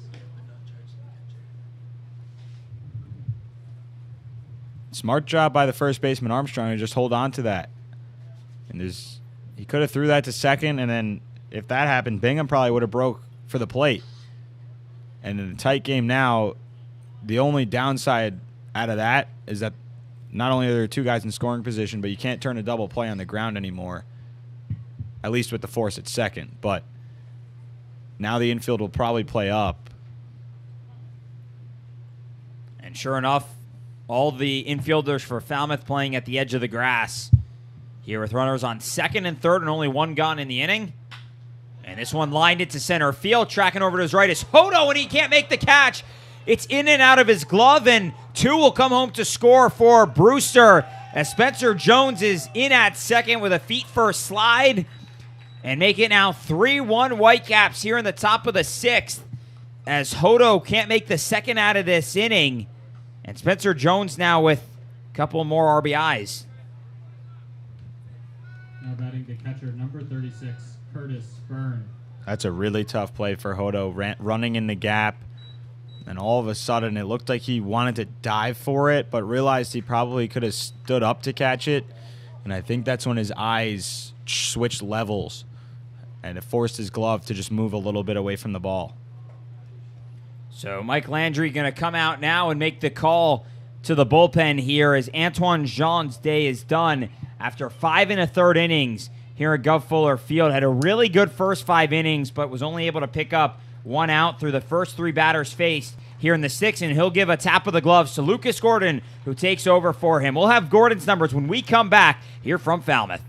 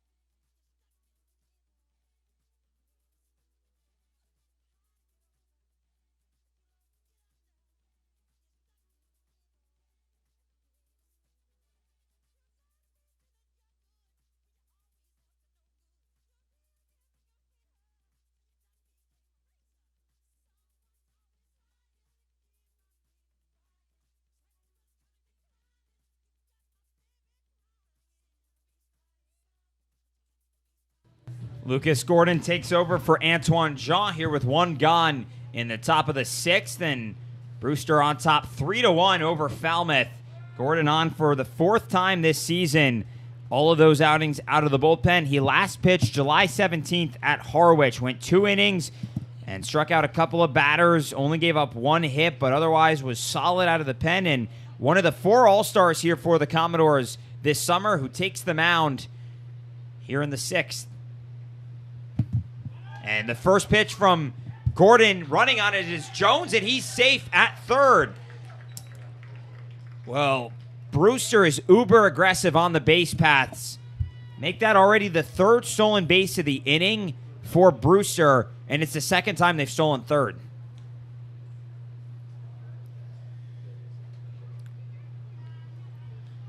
So Spencer Jones, who now stands at third, has all 3 of the RBIs tonight for the Whitecaps.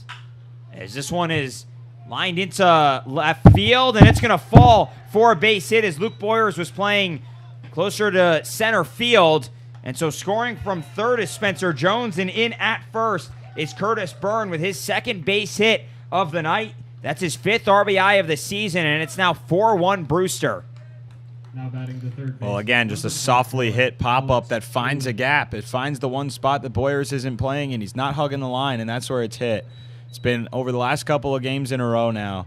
Really, this 4-game skid, and including tonight, the opponent just finding ways to put the ball in play and have it fall in for base hits. And it's been constant because they string them together. Still only 1 gone in the inning now for Alex Freeland, the 6-hitter in this lineup, who fouls the first pitch into the backstop. But already this inning, 2 base hits for Brewster, 2 walks, the only walks that Antoine Jean allowed tonight. And with Spencer Jones scoring, that's now officially closing the day on Jean, who finishes with 4 runs allowed, although 3 of them earned. And he was cruising from the 2nd to the 5th. Then comes out, probably extended him a little too long. Walks the leadoff man of the inning. That's never good. Count now 1-1 here on Freeland. Well, tonight another quality start that the Commodores were able to get. Really outside of the 6th inning, Jean was pretty good on the mound for the home team, but just couldn't find it here in the 6th, and Brewster capitalizes on that. And I mentioned this earlier, but during this winning stretch for Brewster, their pitching staff is limiting teams to just 2.75 runs per game. They've really limited the damage on what they do, and their pitching staff is really locked in. And so far tonight, just 1 run on 3 hits for Falmouth. And that hit was a home run from Luke Boyers. Otherwise, haven't been able to bring anybody home. So by scoring 4 runs now and potentially more, Brewster making it that much tougher for this Falmouth team. Here's the 2-2 from Gordon. And it remains 2-2.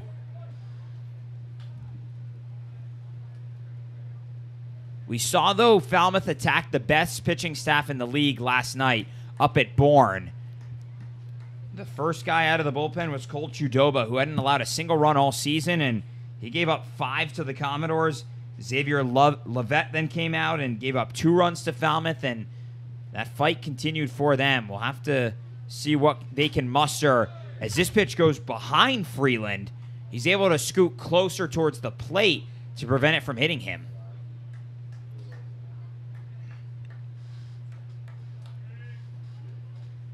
Count now full here on the UCF hitter.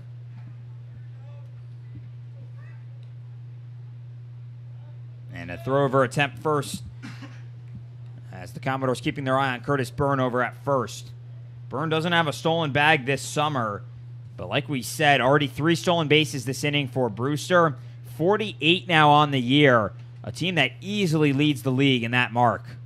Here's the payoff pitch, and it's a roped into left field, and Luke Boyers is there to make the 2nd out of this inning. So finally Falmouth able to pick up an out, and there's now 2 gone.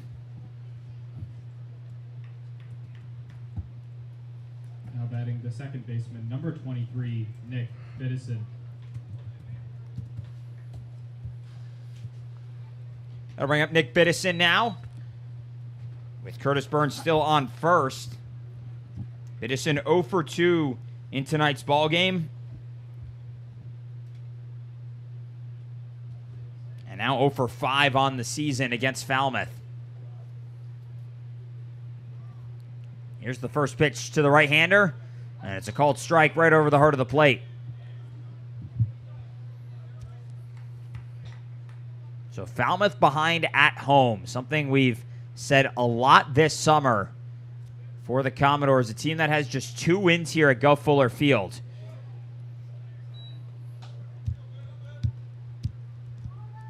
And Falmouth dropped its last game here 2 nights ago to Hyannis. A really tough 5-1 loss for the Commodores in a game in which they only were able to muster up 3 hits against the worst team in the league.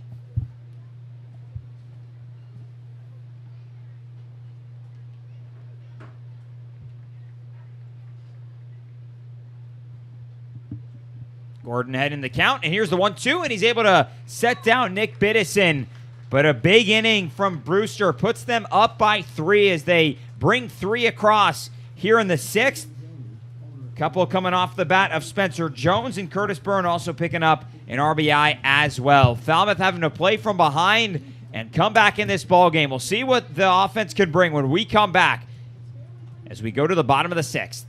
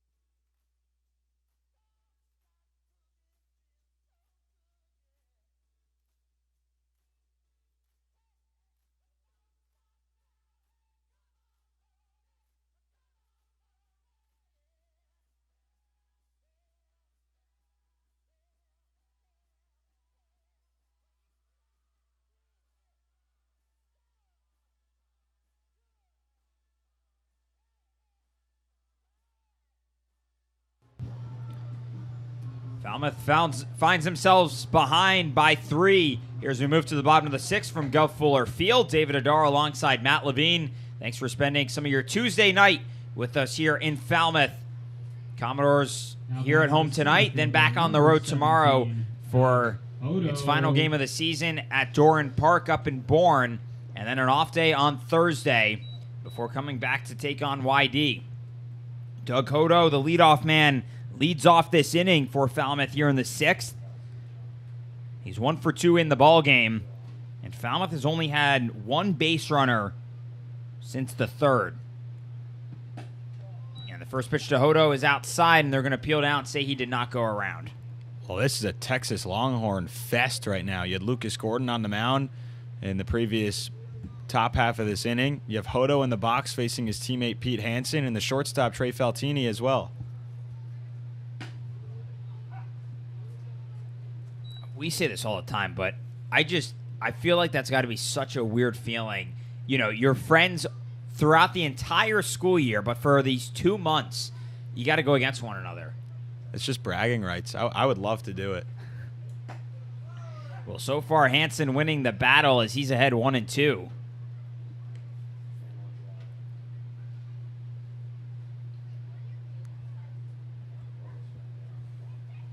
Hodo with 5 base hits on the season for Falmouth. Part of a Texas team that played well down the stretch, but Doug Hodo goes down swinging, and Pete Hansen wins that battle. The shortstop, number 24, Casey. That brings up Casey Harford, who's 0-2 in tonight's ball game. Playing in his first game against Brewster here this summer. Playing in just his 3rd game for the Commodores.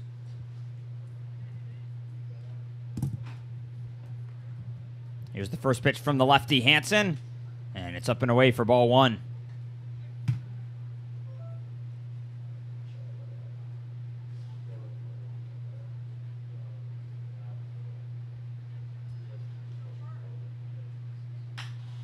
And a good charge put into this ball, but Mac Bingham over to his left and a few steps back for out number 2. So a couple of quick outs here from Pete Hansen. Now batting the third baseman, number 20. Something I feel like we've said a lot tonight. A couple quick outs. Not only quick outs, but they're consecutive. 7 straight hitters retired by this pitching staff for Brewster. And when this happens in the middle of games, when you just give up the lead, that's why there's always some kind of struggle to come back late in the game when they're trailing. Here's Braden Taylor, who swings through strike 1. Aside from last night, we really haven't seen this offense be consistent throughout an entire game over the course of the last week and a half or so. It's been just 1 inning or no innings at all. And really tonight, the offense having trouble again. Just 3 hits in the ball game. Not a single walk has been allowed yet by the Brewster pitching staff. And so only 3 guys have reached. Hansen ahead in the count here at 0-2 on Braden Taylor. Looking for his 3rd strikeout of the night. And Taylor chops this one over to Nick Biddison at second. And there's the 3rd out of this inning. So Falmouth goes down in order 1-2-3 for the 4th time here in tonight's ball game. And we move into the back third of this ball game. 4-1 Brewster. Here's we move to the 7th.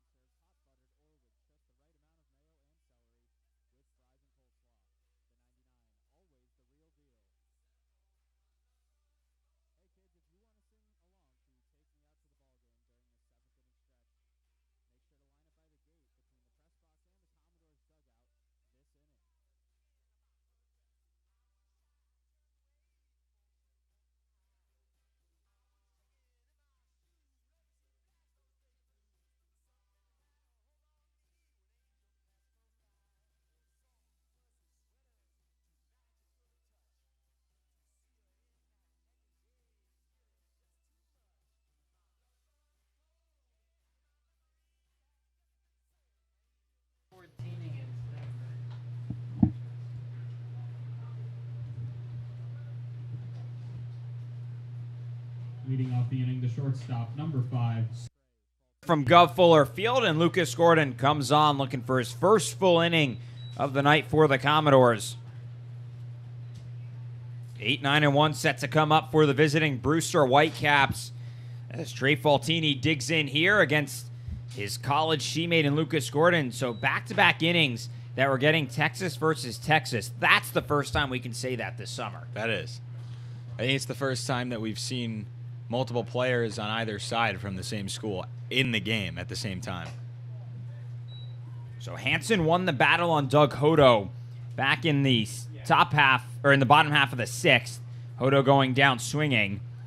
And as it currently stands, a 1-1 count here on Trey Faltini. And he puts a good charge into this one, into left center field. Both of the outfielders racing back, and it ends up falling at the base of the wall. Hodo can't come up with it. And a strong throw in from Luke Boyers, but Trey Faltini has himself a leadoff double here in the top of the 7th. And the extra base hits just continue for the Whitecaps. Here you got Gordon now walking over to him a little bit. They're laughing at each other. I mean, it's good to see that Gordon's loose on the mound. If he gives up a double, he probably wants it to be a Texas Longhorn, one of his teammates. So, but now you get the leadoff guy in scoring position once again. It's been a tough night for Hodo out there. The balls that have been hitting the gap, he just hasn't been able to get to, despite that speed. And he's a really good fielder, but just something tonight. They've been carrying well, and he hasn't been able to get to them in the gap. Tonight's the 3rd game this summer that we're seeing Hodo in center field for the Commodores. He played there last night against Bourne, but tonight, just like you said, Matt, he's had some trouble out there. Here's the 9-hitter, Tyler Dellerman, who's behind in the count 0-2 now.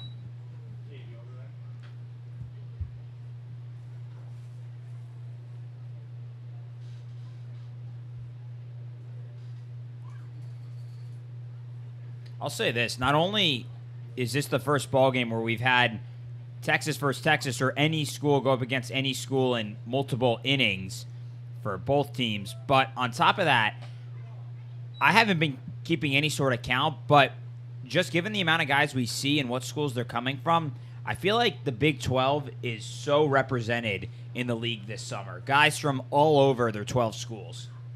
I think the Pac-12 too. And really, I mean, really the SEC as well. I would say Big Ten probably the least of the Power 5 represented. Some notable ones. I mean, Tommy Summer, who got drafted out of Indiana, was on the Commodores. Max Anderson from Nebraska.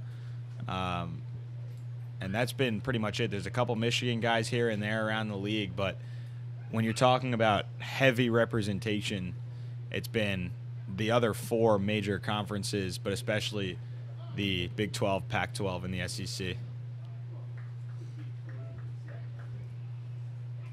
Counts it's at 1-2 here on Tyler Dellerman.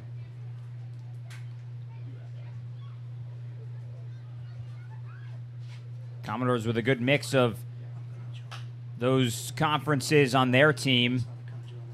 You've got the SEC represented, the Big 12, the Pac-12, the ACC. Tommy Summer was the only Big Ten guy on this Commodores team, like Matt mentioned, but he getting drafted and leaving to go pursue professional opportunity with the White Sox, so no longer a Big Ten guy on this team, and then you get some of the smaller conferences represented as well. This ball fouled into the shin on Dellerman, and it's still 1-2.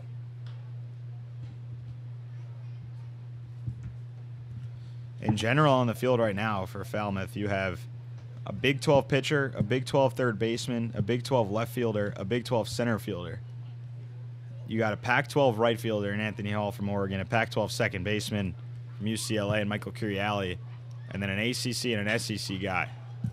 This one popped up into right field, and it's going to fall at the base of the wall as Anthony Hall watched it come in there. Rounding third and coming home to score is Trey Faltini, and Tyler Dellerman has himself his first base hit of the night. It's his first base hit as well as a Whitecap, and it's now 5-1 Brewster here in the top of the 7th. Now batting the center fielder, number 6. Not a bad way to pick up your first hit. Trade places with the guy on second, an RBI double for Tyler Dellerman.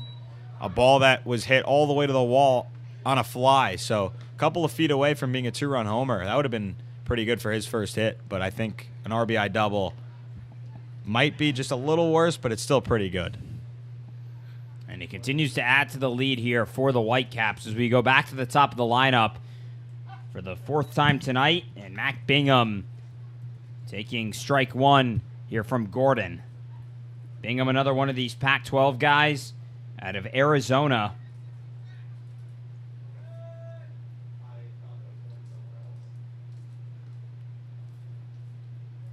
Now the count 1-1.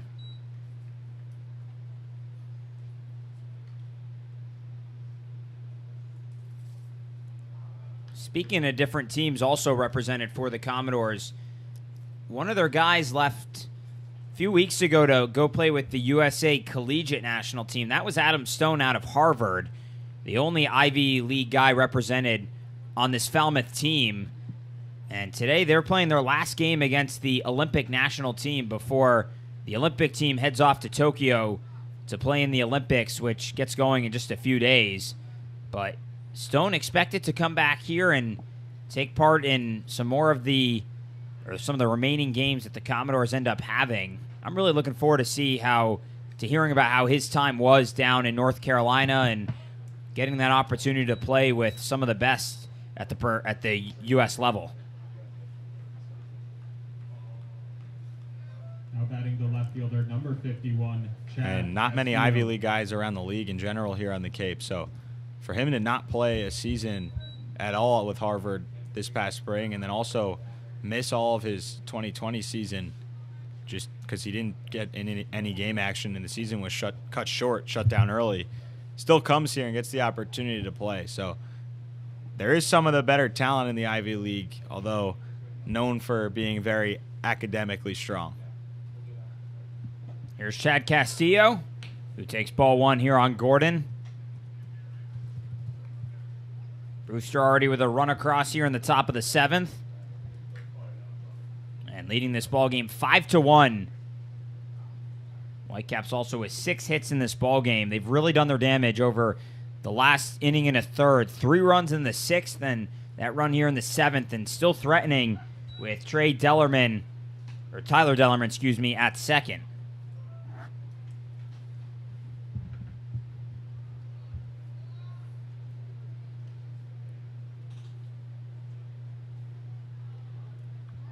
Nobody up in the bullpen for Falmouth. Nobody up for Brewster. As that pitch over the heart of the plate, now it's 1-2.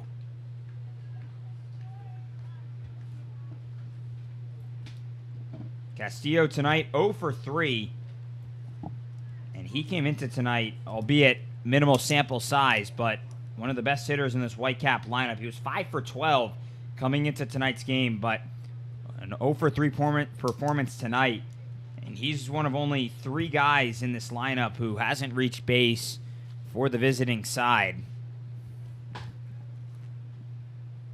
Team that really wasn't on base too much until the 6th inning, when they started to get to Antoine Jean and then Lucas Gordon coming in and getting some hits off him as well. And Lucas Gordon able to pick up his 2nd strikeout here of the inning as he fans Castillo. Couple of good breaking balls from Gordon, the left-hander. And when that goes away from a left-handed hitter, it's just a lot of drop, a lot of break, and it goes off the outside corner, so it's tougher to hit if you're a left-hander. 2 gone now for Chris Lanzilli, the 3-hitter in this Brewster lineup. Tyler Dellerman still on second. First pitch into the backstop for strike 1.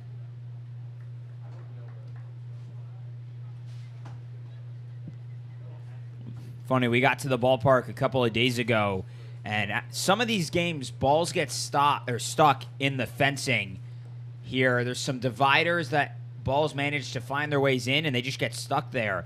And we got to the ballpark, and Ryan Eiley, the first base coach for the Commodores and one of the assistant coaches on this team, was out in the field just throwing balls at the fence, trying to get them down. And it actually didn't take him as long as I was expecting him to, but he was able to knock down a couple that had meandered their way up there over a few different games, and so helping to keep this backstop as clean as possible. Well, he found a pearl up there, a ball that was hit in its first at-bat that it was used. It was hit all the way into the backstop. Hodo coming on, and he's going to field this ball. As coming home to score is Dellerman, and so make it now 6-1 Whitecaps here in the 7th, as they just continued to find base hits in this ball game. Lanzilli has his first of the night, and he's also got his 3rd RBI of the season. The timely hitting. They've scored 5 runs in the last 2 innings. A lot of it has been getting guys on and then having a timely hit drive in runs.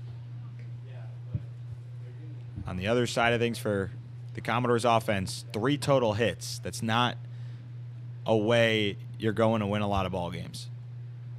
Well, here's the man who's really done the damage tonight, Spencer Jones, who drove home the first 3 runs of the ball game for Brewster, and his reached base in every at-bat tonight. He's 2 for 2 with 2 RBI or 2 doubles, 3 RBIs, and he was also hit by a pitch. He's ahead in the count here at 1-0. And make it 2-0 now. So I never asked you this, but you said that term pearl, which I've never heard before. Is that an official baseball term, or is that just something that you guys like to use? Oh, that's an official baseball term. Okay. Yeah, I'd never heard that one before. When we were coming to the game the other day and Coach Eiley was chucking another ball at it, he yelled, "Oh, that's a pearl up there. I got to go get that one." So then it came down, and then all of a sudden it hit that warning track behind home plate, and it got all dirty. So I think he ruined it a little bit. Couple throwovers to first here from Lucas Gordon, and in safely each time is Chris Lanzilli.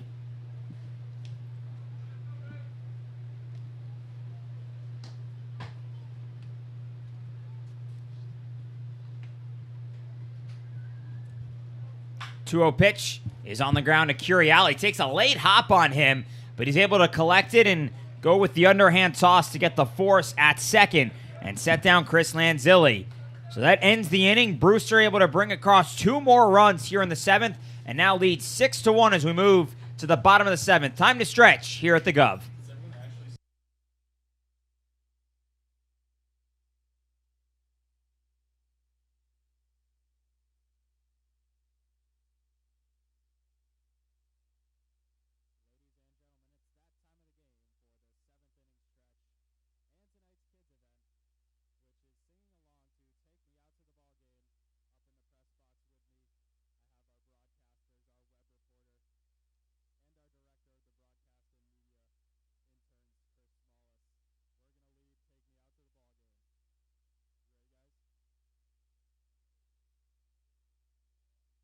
Take me out to the ball game. Take me out to the crowd. Buy me some peanuts and Cracker Jacks. I don't care if I ever get back, so it's root, root, root for the Commodores. If they don't win, it's a shame, for it's 1, 2, 3 strikes, you're out at the old ball game.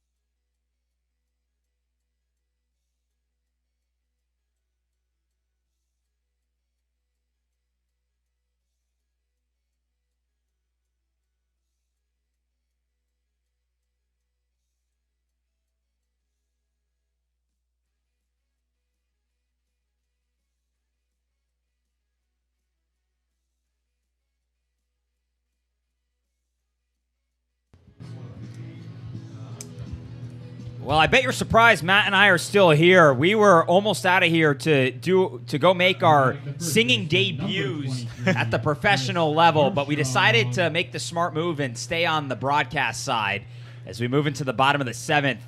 I believe that everyone on the airwaves was able to hear us sing "Take Me Out to the Ball Game" here at the Gov, and I've sung it before, but never over a public address system, and never to the point where I'm going to make fans have to hear me sing.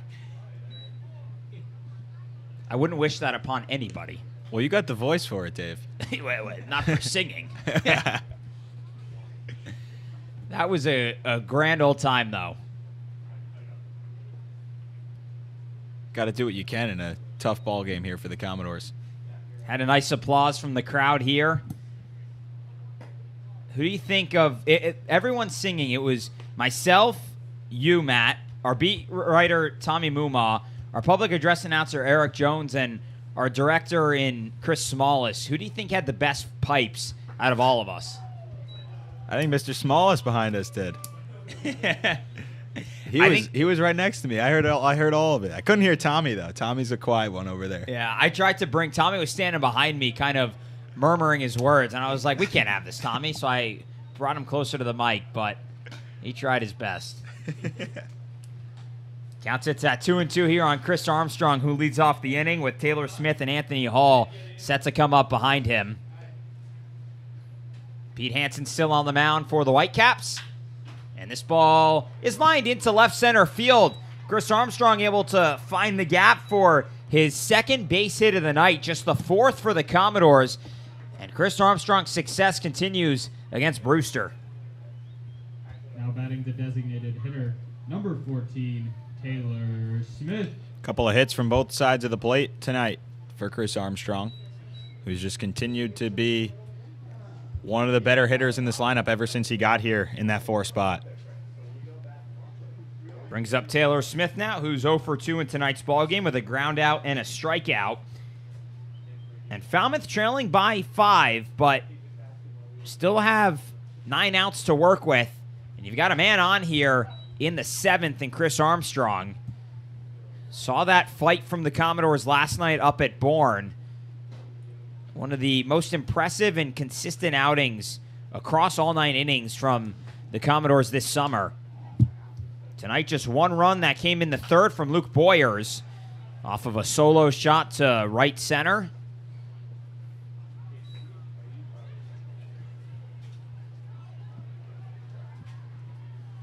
Smith now behind 0-2. Levi Wells warming up in the bullpen for Falmouth.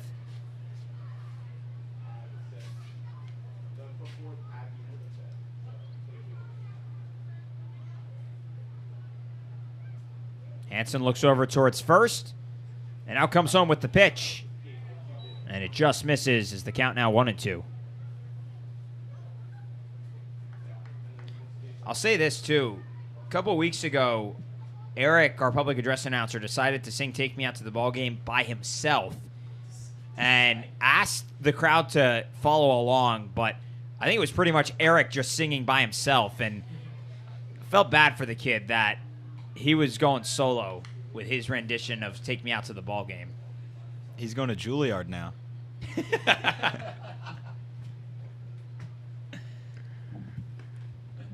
Well, like I said, I'm surprised you and I are still sitting here. Be on American Idol by now or something. Here's the 1-2 to Taylor Smith, and he swings through it for the first out of this inning. I'll go sing with Carrie Underwood and go win American Idol. If you could sing with anybody, would it be Carrie Underwood, or would you choose In the somebody whole else? world? In the or whole on world. American Idol ever? A whole world. Oh, boy. Now batting I don't know. number 35, That's a hard question. I've never been asked that before. Hall. Who would you pick?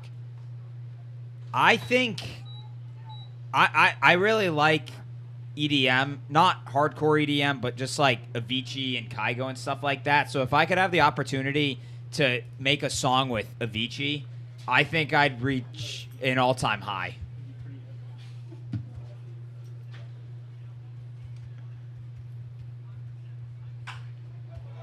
This one popped up on the infield. And Spencer Jones comes in to make the easy grab, and there's now 2 gone here in the inning. You still thinking over there? Now batting the second base. Give me Billy Joel. Billy Joel. All right, that's a good Long answer. Island Yeah. legend, baby. At the Garden, or? Oh, yeah. We're going at the Garden. And by the way, Madison Square Garden is the Garden for those around here. That's been a big debate amongst some of our interns who are from Massachusetts and yourself about which garden is the Garden. But I'm with you entirely that the Garden is Madison Square Garden.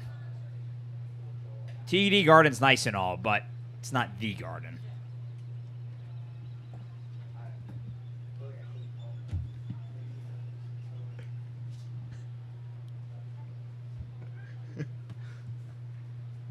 Michael Curiali behind in the count here at 0-1. And now it's even at 1-1. Chris Armstrong still at first. here for Falmouth. Curiali tonight's 0 for 2 with a pop out and a ground out. And otherwise has been quiet over the last few games.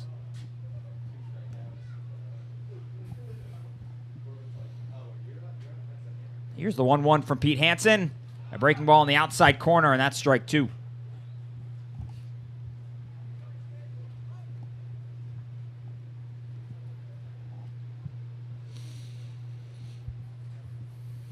Talking about this a couple of weeks ago. Actually, it was in the first game we played at Brewster. But I saw Billy Joel's going to be performing at Fenway here later in the summer as Michael Curiali goes down swinging, and that ends the inning. So Pete Hansen gives up a leadoff single to Chris Armstrong and then sets down the Commodores in order as we move to the 8th. 6-1 Brewster here in Falmouth.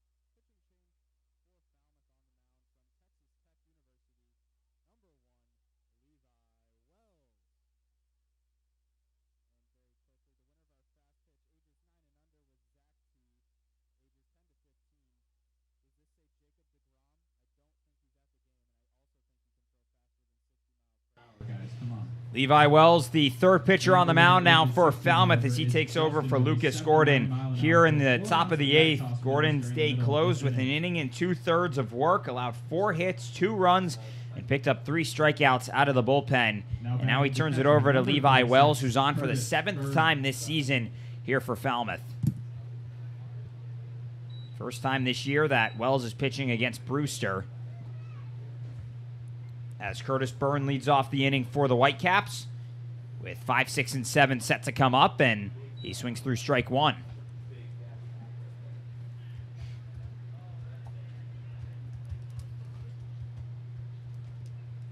Tonight, Curtis Byrne is 2 for 3 with a couple of singles, and he picked up an RBI back in the 6th.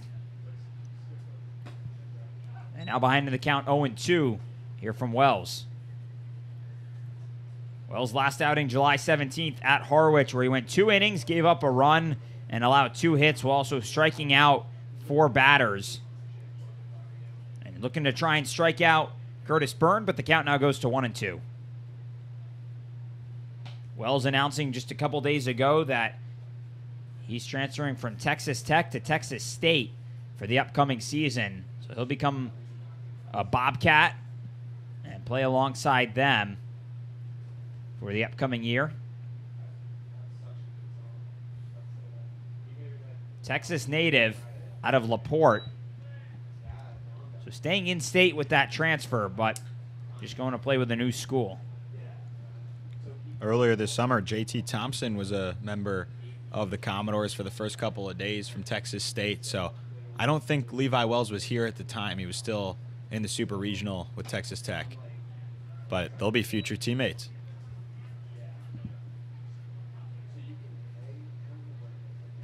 After getting ahead 0-2 in the count now. The count full here at 3-2 on Byrne. And the pitch now from the right-hander is a breaking ball that's fouled back, and count remains full.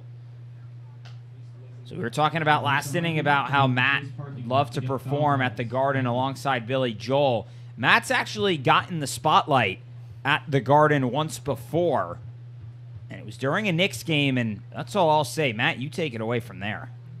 Well, now I got to talk about myself. I don't like to do that. Oh, there's no harm in it. So, as Curtis Byrne goes down looking there, 6th grade, which was, I don't even know what year now, I don't even know. 2012 maybe? 2013, somewhere It was around either that. 12 or 13, who knows. Batting the third baseman, number 24, And I go to a Alex Freeland. Toronto Raptors New York Knicks game at the Garden with my dad. And much like we have it here, game day operations people came up to me, little 6th grader. I was probably like 4'11" still. And they asked me if I wanted to go on the court during a timeout, do a contest. And so my dad said, obviously I would. And I was like, yeah, I want to do that. So they found me during one of the timeouts. I went down onto the court, and I had to do a dress and dribble contest against another person where we ran from one baseline to the free throw line, had to put on the NBA-sized uniform. I had Tyson Chandler's uniform. So he's 7'1". I was 4'11". Was You it can the imagine size that. for an It NBA was the player? same size. Wow. It was the jerseys that they probably wore, or at least was made for them. Then you go to half court, put the shorts on, so you're holding them up while running. And then you go to the next free throw line to put the shoes on. I think they were like a size 24 or whatever they were. And then you pick up the ball from the next baseline. You dribble all the way back down the court, still holding the shorts up so you don't trip. And then I had to make a layup, and I actually made the layup and won, and the whole Garden erupted. That was one of the coolest things I've ever done. I can't even imagine the pressure you're under, all the eyes watching you as you're running down the court. I mean, the pressure that's the most pressure you've probably ever felt to make a layup. Yeah, you're probably right. This one popped up into left field. Luke Boyer's over to his left, and he's there for the second out of this inning as Alex Freeland goes down. So it appears our winner for the bag toss 12 and under has already collected their prize. But the Ironically enough, my basketball career was very short, but I played up until after 8th grade, and that was about it. I don't know what year this was, but I was asked to take the free throws of a technical foul, the technical foul shots. I don't remember what During year, but high school or it was a youth league in probably middle school, and there was a technical foul late in the game and a tie game, like 10 seconds left.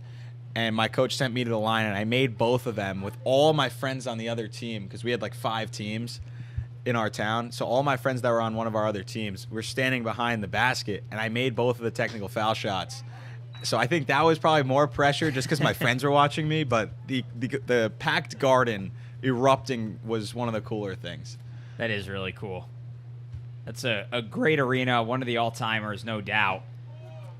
And a 1-2-3 inning there from Levi Wells as he strikes out Curtis Byrne, then gets Alex Freeland to pop out, and then strikes out Nick Biddison. So we'll move to the bottom of the 8th. Falmouth still trailing by 5 here at the Gov.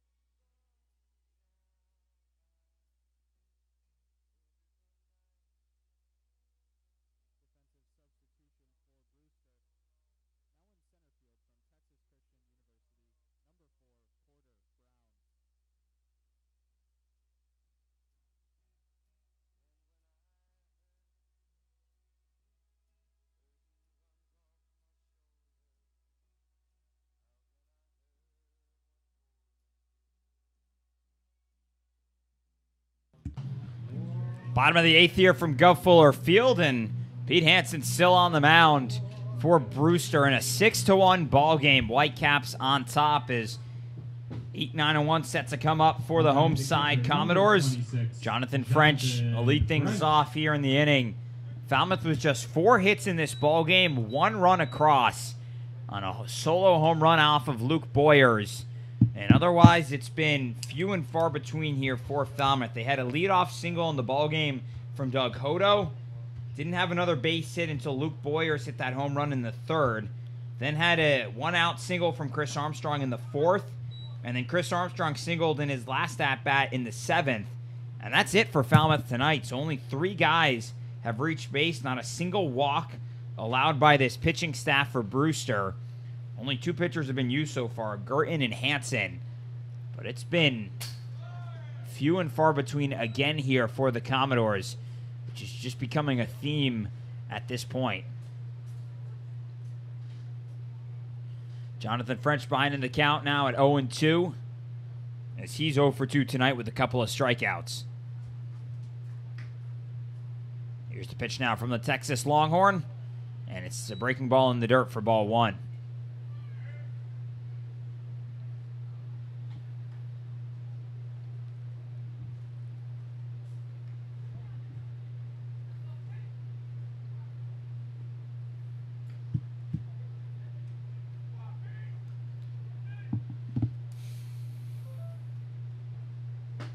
And Jonathan French swings through strike 3, and there's 1 gone as Pete Hansen has his 5th strikeout of the night.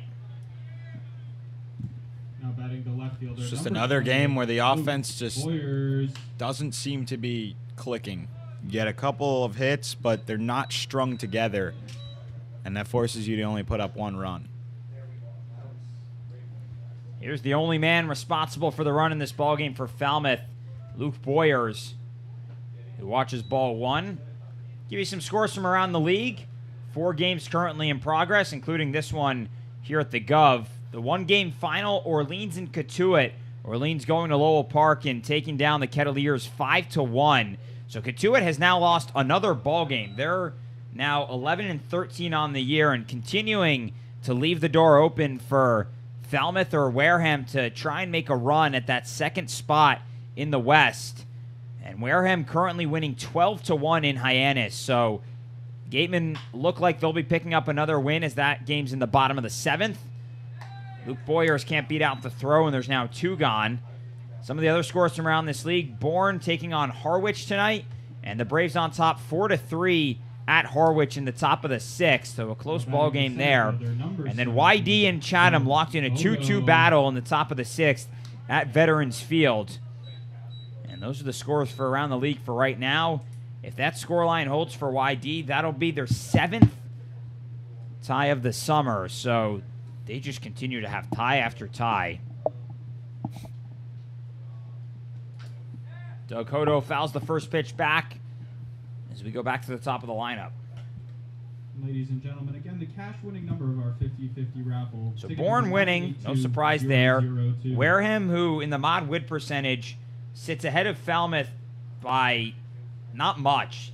In terms of numbers, 0.08, but Falmouth has a 409 mod win percentage, and Wareham is at 417. So there isn't too much between those two teams, but the Gatemen look like they're going to pick up another win tonight.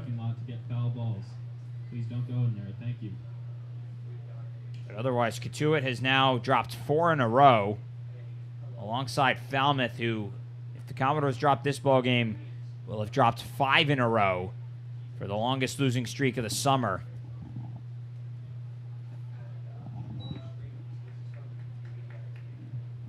Count now 1-2 here on Doug Hodo.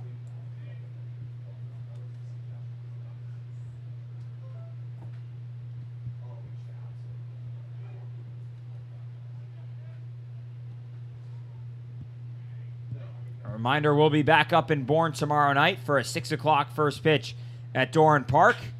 As Hodo puts a good charge into this one into center field. But coming on is the new center fielder, Porter Brown, who makes a tough running catch, but he's able to handle that ball. And the center fielder for Falmouth lines out to the center fielder for Brewster. We go to the 9th. It's 6-1 Whitecaps here from Gov Fuller Field.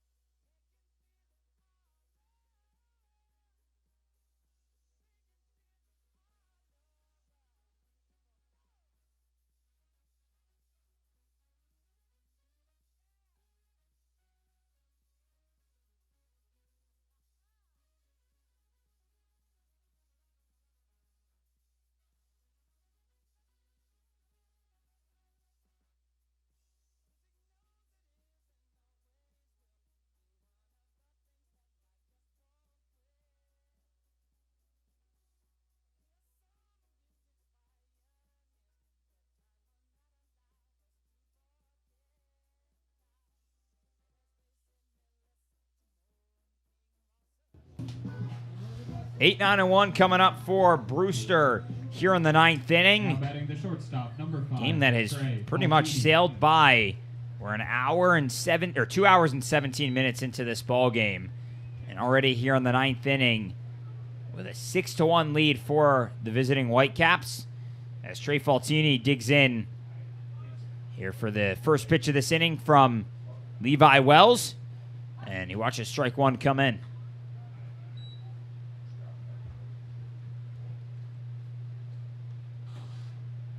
Be sure to keep an eye out for Closing the Door later tonight. Matt and I will recap tonight's game as Trey Faltini with a no-doubter to left field. It's off the scoreboard here at Gov Fuller Field. And Faltini goes yard for the first time this season. That's his first extra base hit. And he's now 2 for 4 in tonight's ball game with a couple of runs. And it's 7-1 Brewster here in the 9th. That's a shot from Faltini to left, and it probably dented the scoreboard a little bit. And it dents any hopes of Falmouth trying to come back. It just makes it that much harder. Now it's trailing by 6. That was wild. Off the bat there from Faltini. Not a bad way to pick up your first extra base hit of the summer as Tyler Dellerman watches strike one from Levi Wells.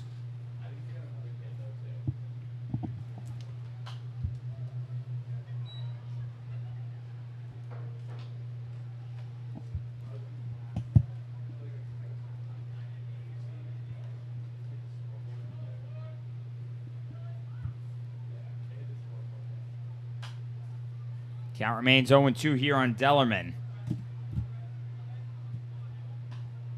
And just another rough night for the Commodores.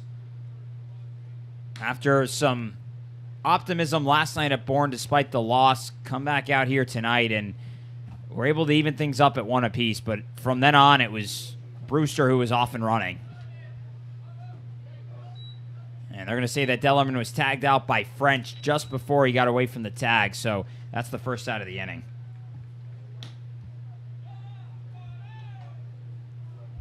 Now batting the center fielder, number 4, Porter Brown.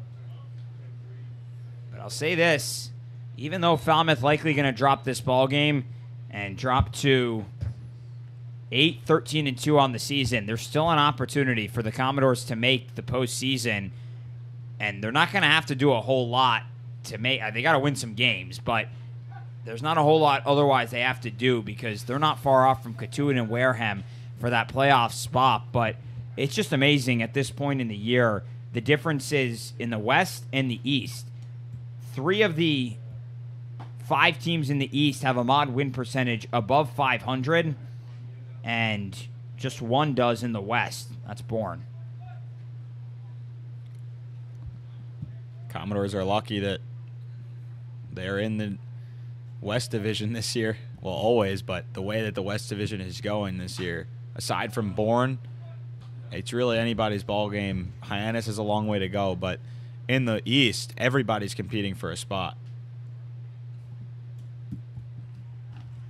Currently, Brewster leading the division with a .652 win percentage. Harwich sits second with a .609 win percentage, and the Mariners trailing to the Braves by 1 in the bottom of the 6th. YD sitting in third with a .542 win percentage, and YD's just taking the lead in Chatham now 3-2. So it's going to be a battle for those Eastern Division teams, and it's going to be a battle for the West too. Just a battle between teams who haven't been able to pick up wins on a consistent basis. There's the 0-2 now to Porter Brown, a breaking ball just outside, and count now 1-2.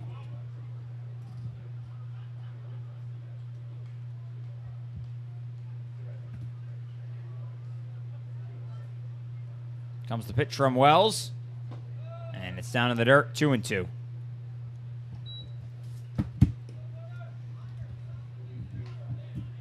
At least we didn't have a car drive on the field tonight. Yet. No, Yeah. I'm only joking. That was wild. If you were watching our broadcast back on Thursday against the Wareham Gatemen here, a car driving into the foul territory down the left field line during one of the breaks. Unfortunately, it was during a break and not while somebody was actively hitting or anything, because that car could have had a lot of damage done to it. But nonetheless, one of the more memorable moments from this summer off the playing field. Brown grounds this one to Wells, who makes a nice leap for it and underhands it to Armstrong for the second out of this inning. There's a couple people throwing a baseball beyond the right field wall, and when I first looked over there, it looked like the ball was heading onto the field, like someone was throwing it over the wall, throwing it back like a home run or whatever. But that startled me a little bit. I said, oh boy, Anthony Hall's going to get hit by that, but then it just stayed behind the fence. No Alex Verdugo incident here, hopefully, in Falmouth after that whole fiasco the other night back in New York.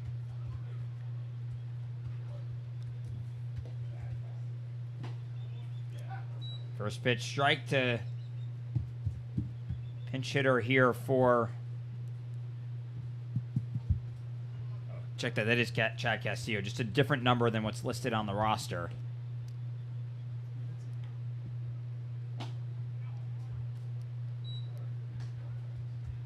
He's behind 0-2.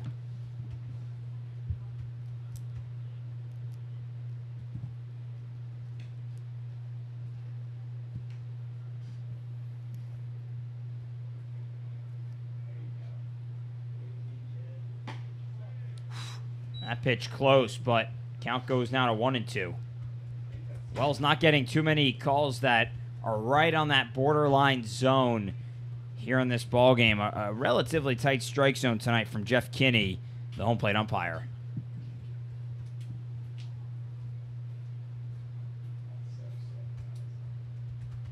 Here's the 1-2 now from the right-hander. Upstairs, and the count goes to 2-2.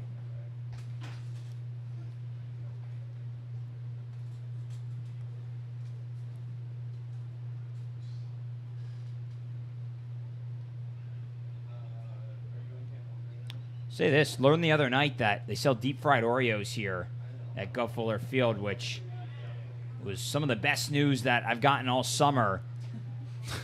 As the out is recorded there by Jonathan French. And we move to the bottom of the ninth. It's now 7-1 Brewster after the solo shot by Trey Faltini to put the Whitecaps up by 6. And we'll move to the bottom half of the inning.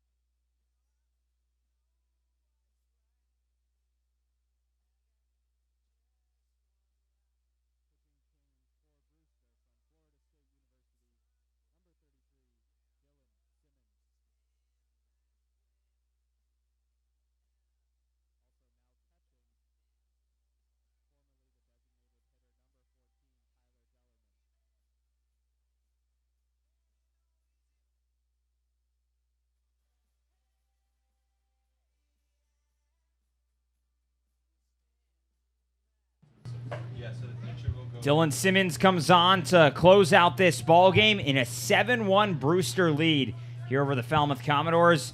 Simmons on for the 4th time this summer. He's pitched 3 innings. He's given up just 2 hits. He's only given up 1 run on the year. He's also struck out 4 batters. Here's he'll face off against 2, 3, and 4 for the Commodores, trailing by 6 here in the bottom of the 9th.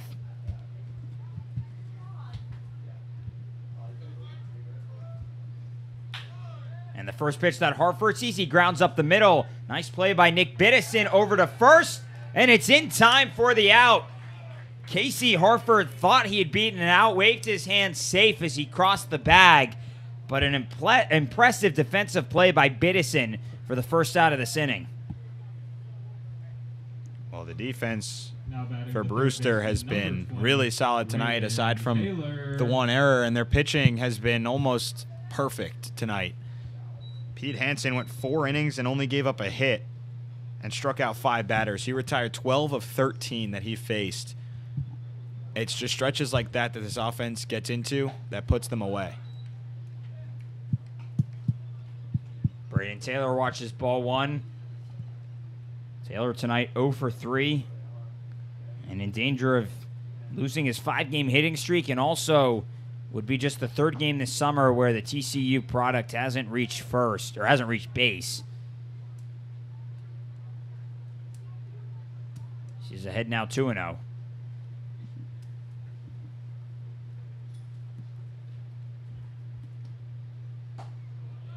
Make it 2-1. We'll be on the air tomorrow night at about, assuming there's no rain, at about 5:50 up at Doran Park for the final meeting of the year between Falmouth and Bourne up in Bourne. And the Commodores have the day off on Thursday. It's the count now 3-1 here on Braden Taylor. I was saying this the other day to Tommy while we were driving up to Doran Park, but I would love if that ballpark looked at the Bourne Bridge, be a little like PNC Park, where you get the view of the bridge and the water and everything beyond it. Is Braden Taylor able to reach base? So he reaches base in another game for the Commodores, but I think that'd be so cool if it had that view. Yeah, that would be pretty nice. I don't know where. I know that there's a smaller field right under the bridge that looks at it, but I don't know if it's big enough to have a full-sized baseball field. Talk to their broadcasters. Try and get a special game or something played at that field. Be a mini game. Do a home run derby. Chris Armstrong watches ball 1. Some great ballparks that we have here in the Cape Cod League. I think my favorite up to this point on the road has been Chatham. We were fortunate enough to be there on a perfect night for baseball, but the crowd was super into it. Commodores walked away with a win, which was pretty helpful too. That was Trey McLaughlin's debut for Falmouth, and he was lights out in that start.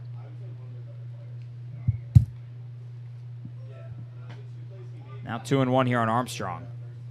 There's plenty of great parks too. Had the opportunity to see Eldridge Park a week ago and see what makes that park so special. The right angle in center field, which never seen anywhere else before. Brewster sharing its field with an elementary school. Talking with the Bourne broadcasters a few weeks ago when schools were still in session around here, and he was saying that they played at Brewster right after the school day had concluded. And when you drive into the parking lot there, it's a little confusing. And if you go straight, you drive right into the bus circle. And he drove into the bus circle and got scolded by a first-grade teacher during that encounter. And that put a good laugh into me. 2-2 runs inside. Now it's full here on Armstrong. I wonder what Calvin said to them, or said to that teacher. He never told us what he said back. I can't even imagine what was said, but there are signs up that says do not drive through here during school hours, but the sign's tiny, and I mean, your first time there, you don't know. Here's the payoff pitch, and it's a foul ball down the right side. So we'll do it again. What's been your favorite park on the road? Chatham. Still haven't seen Katuitt. It's been Chatham so far. I think just the way the way everything goes there, the entire operation of a game, the way the fans sit, literally almost on top of the field behind the backstop and everything like that. It's just so fun to watch. Chris Armstrong swings through strike 3 and started to run down to first, but then remembered Braden Taylor occupying the bag. So he's set down, and that's the second out of this inning, and the Commodores down to their last life with Taylor Smith coming to bat. Taylor Smith. Not too many of the fields here on the Cape have seating directly behind home plate for people other than scouts. There's seating up against the netting at Chatham for regular fans, so I think that's part of why it made it so cool to watch. Just so many fans on top of the field. Braden Taylor running on the pitch, and they're going to allow him to take second. No throw coming from the new catcher, Tyler Dellerman. So Taylor in at second, as the count now 1-0 here on Taylor Smith.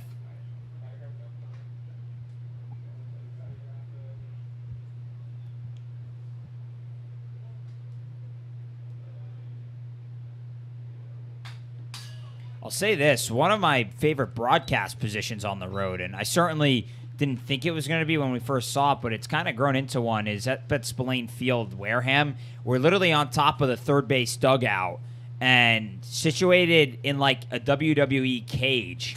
And, I mean, there's not much room around there. Fortunately, Matt and I don't fight while we're there, but it's just a really cool angle to call a game from. 0-2 and Taylor Smith, or excuse me, 0-1 that Taylor Smith swings through, and now it's 1-2, excuse me. Just wrong pitch thrown up on our scoreboard, so that threw me off. But the count now 1-2.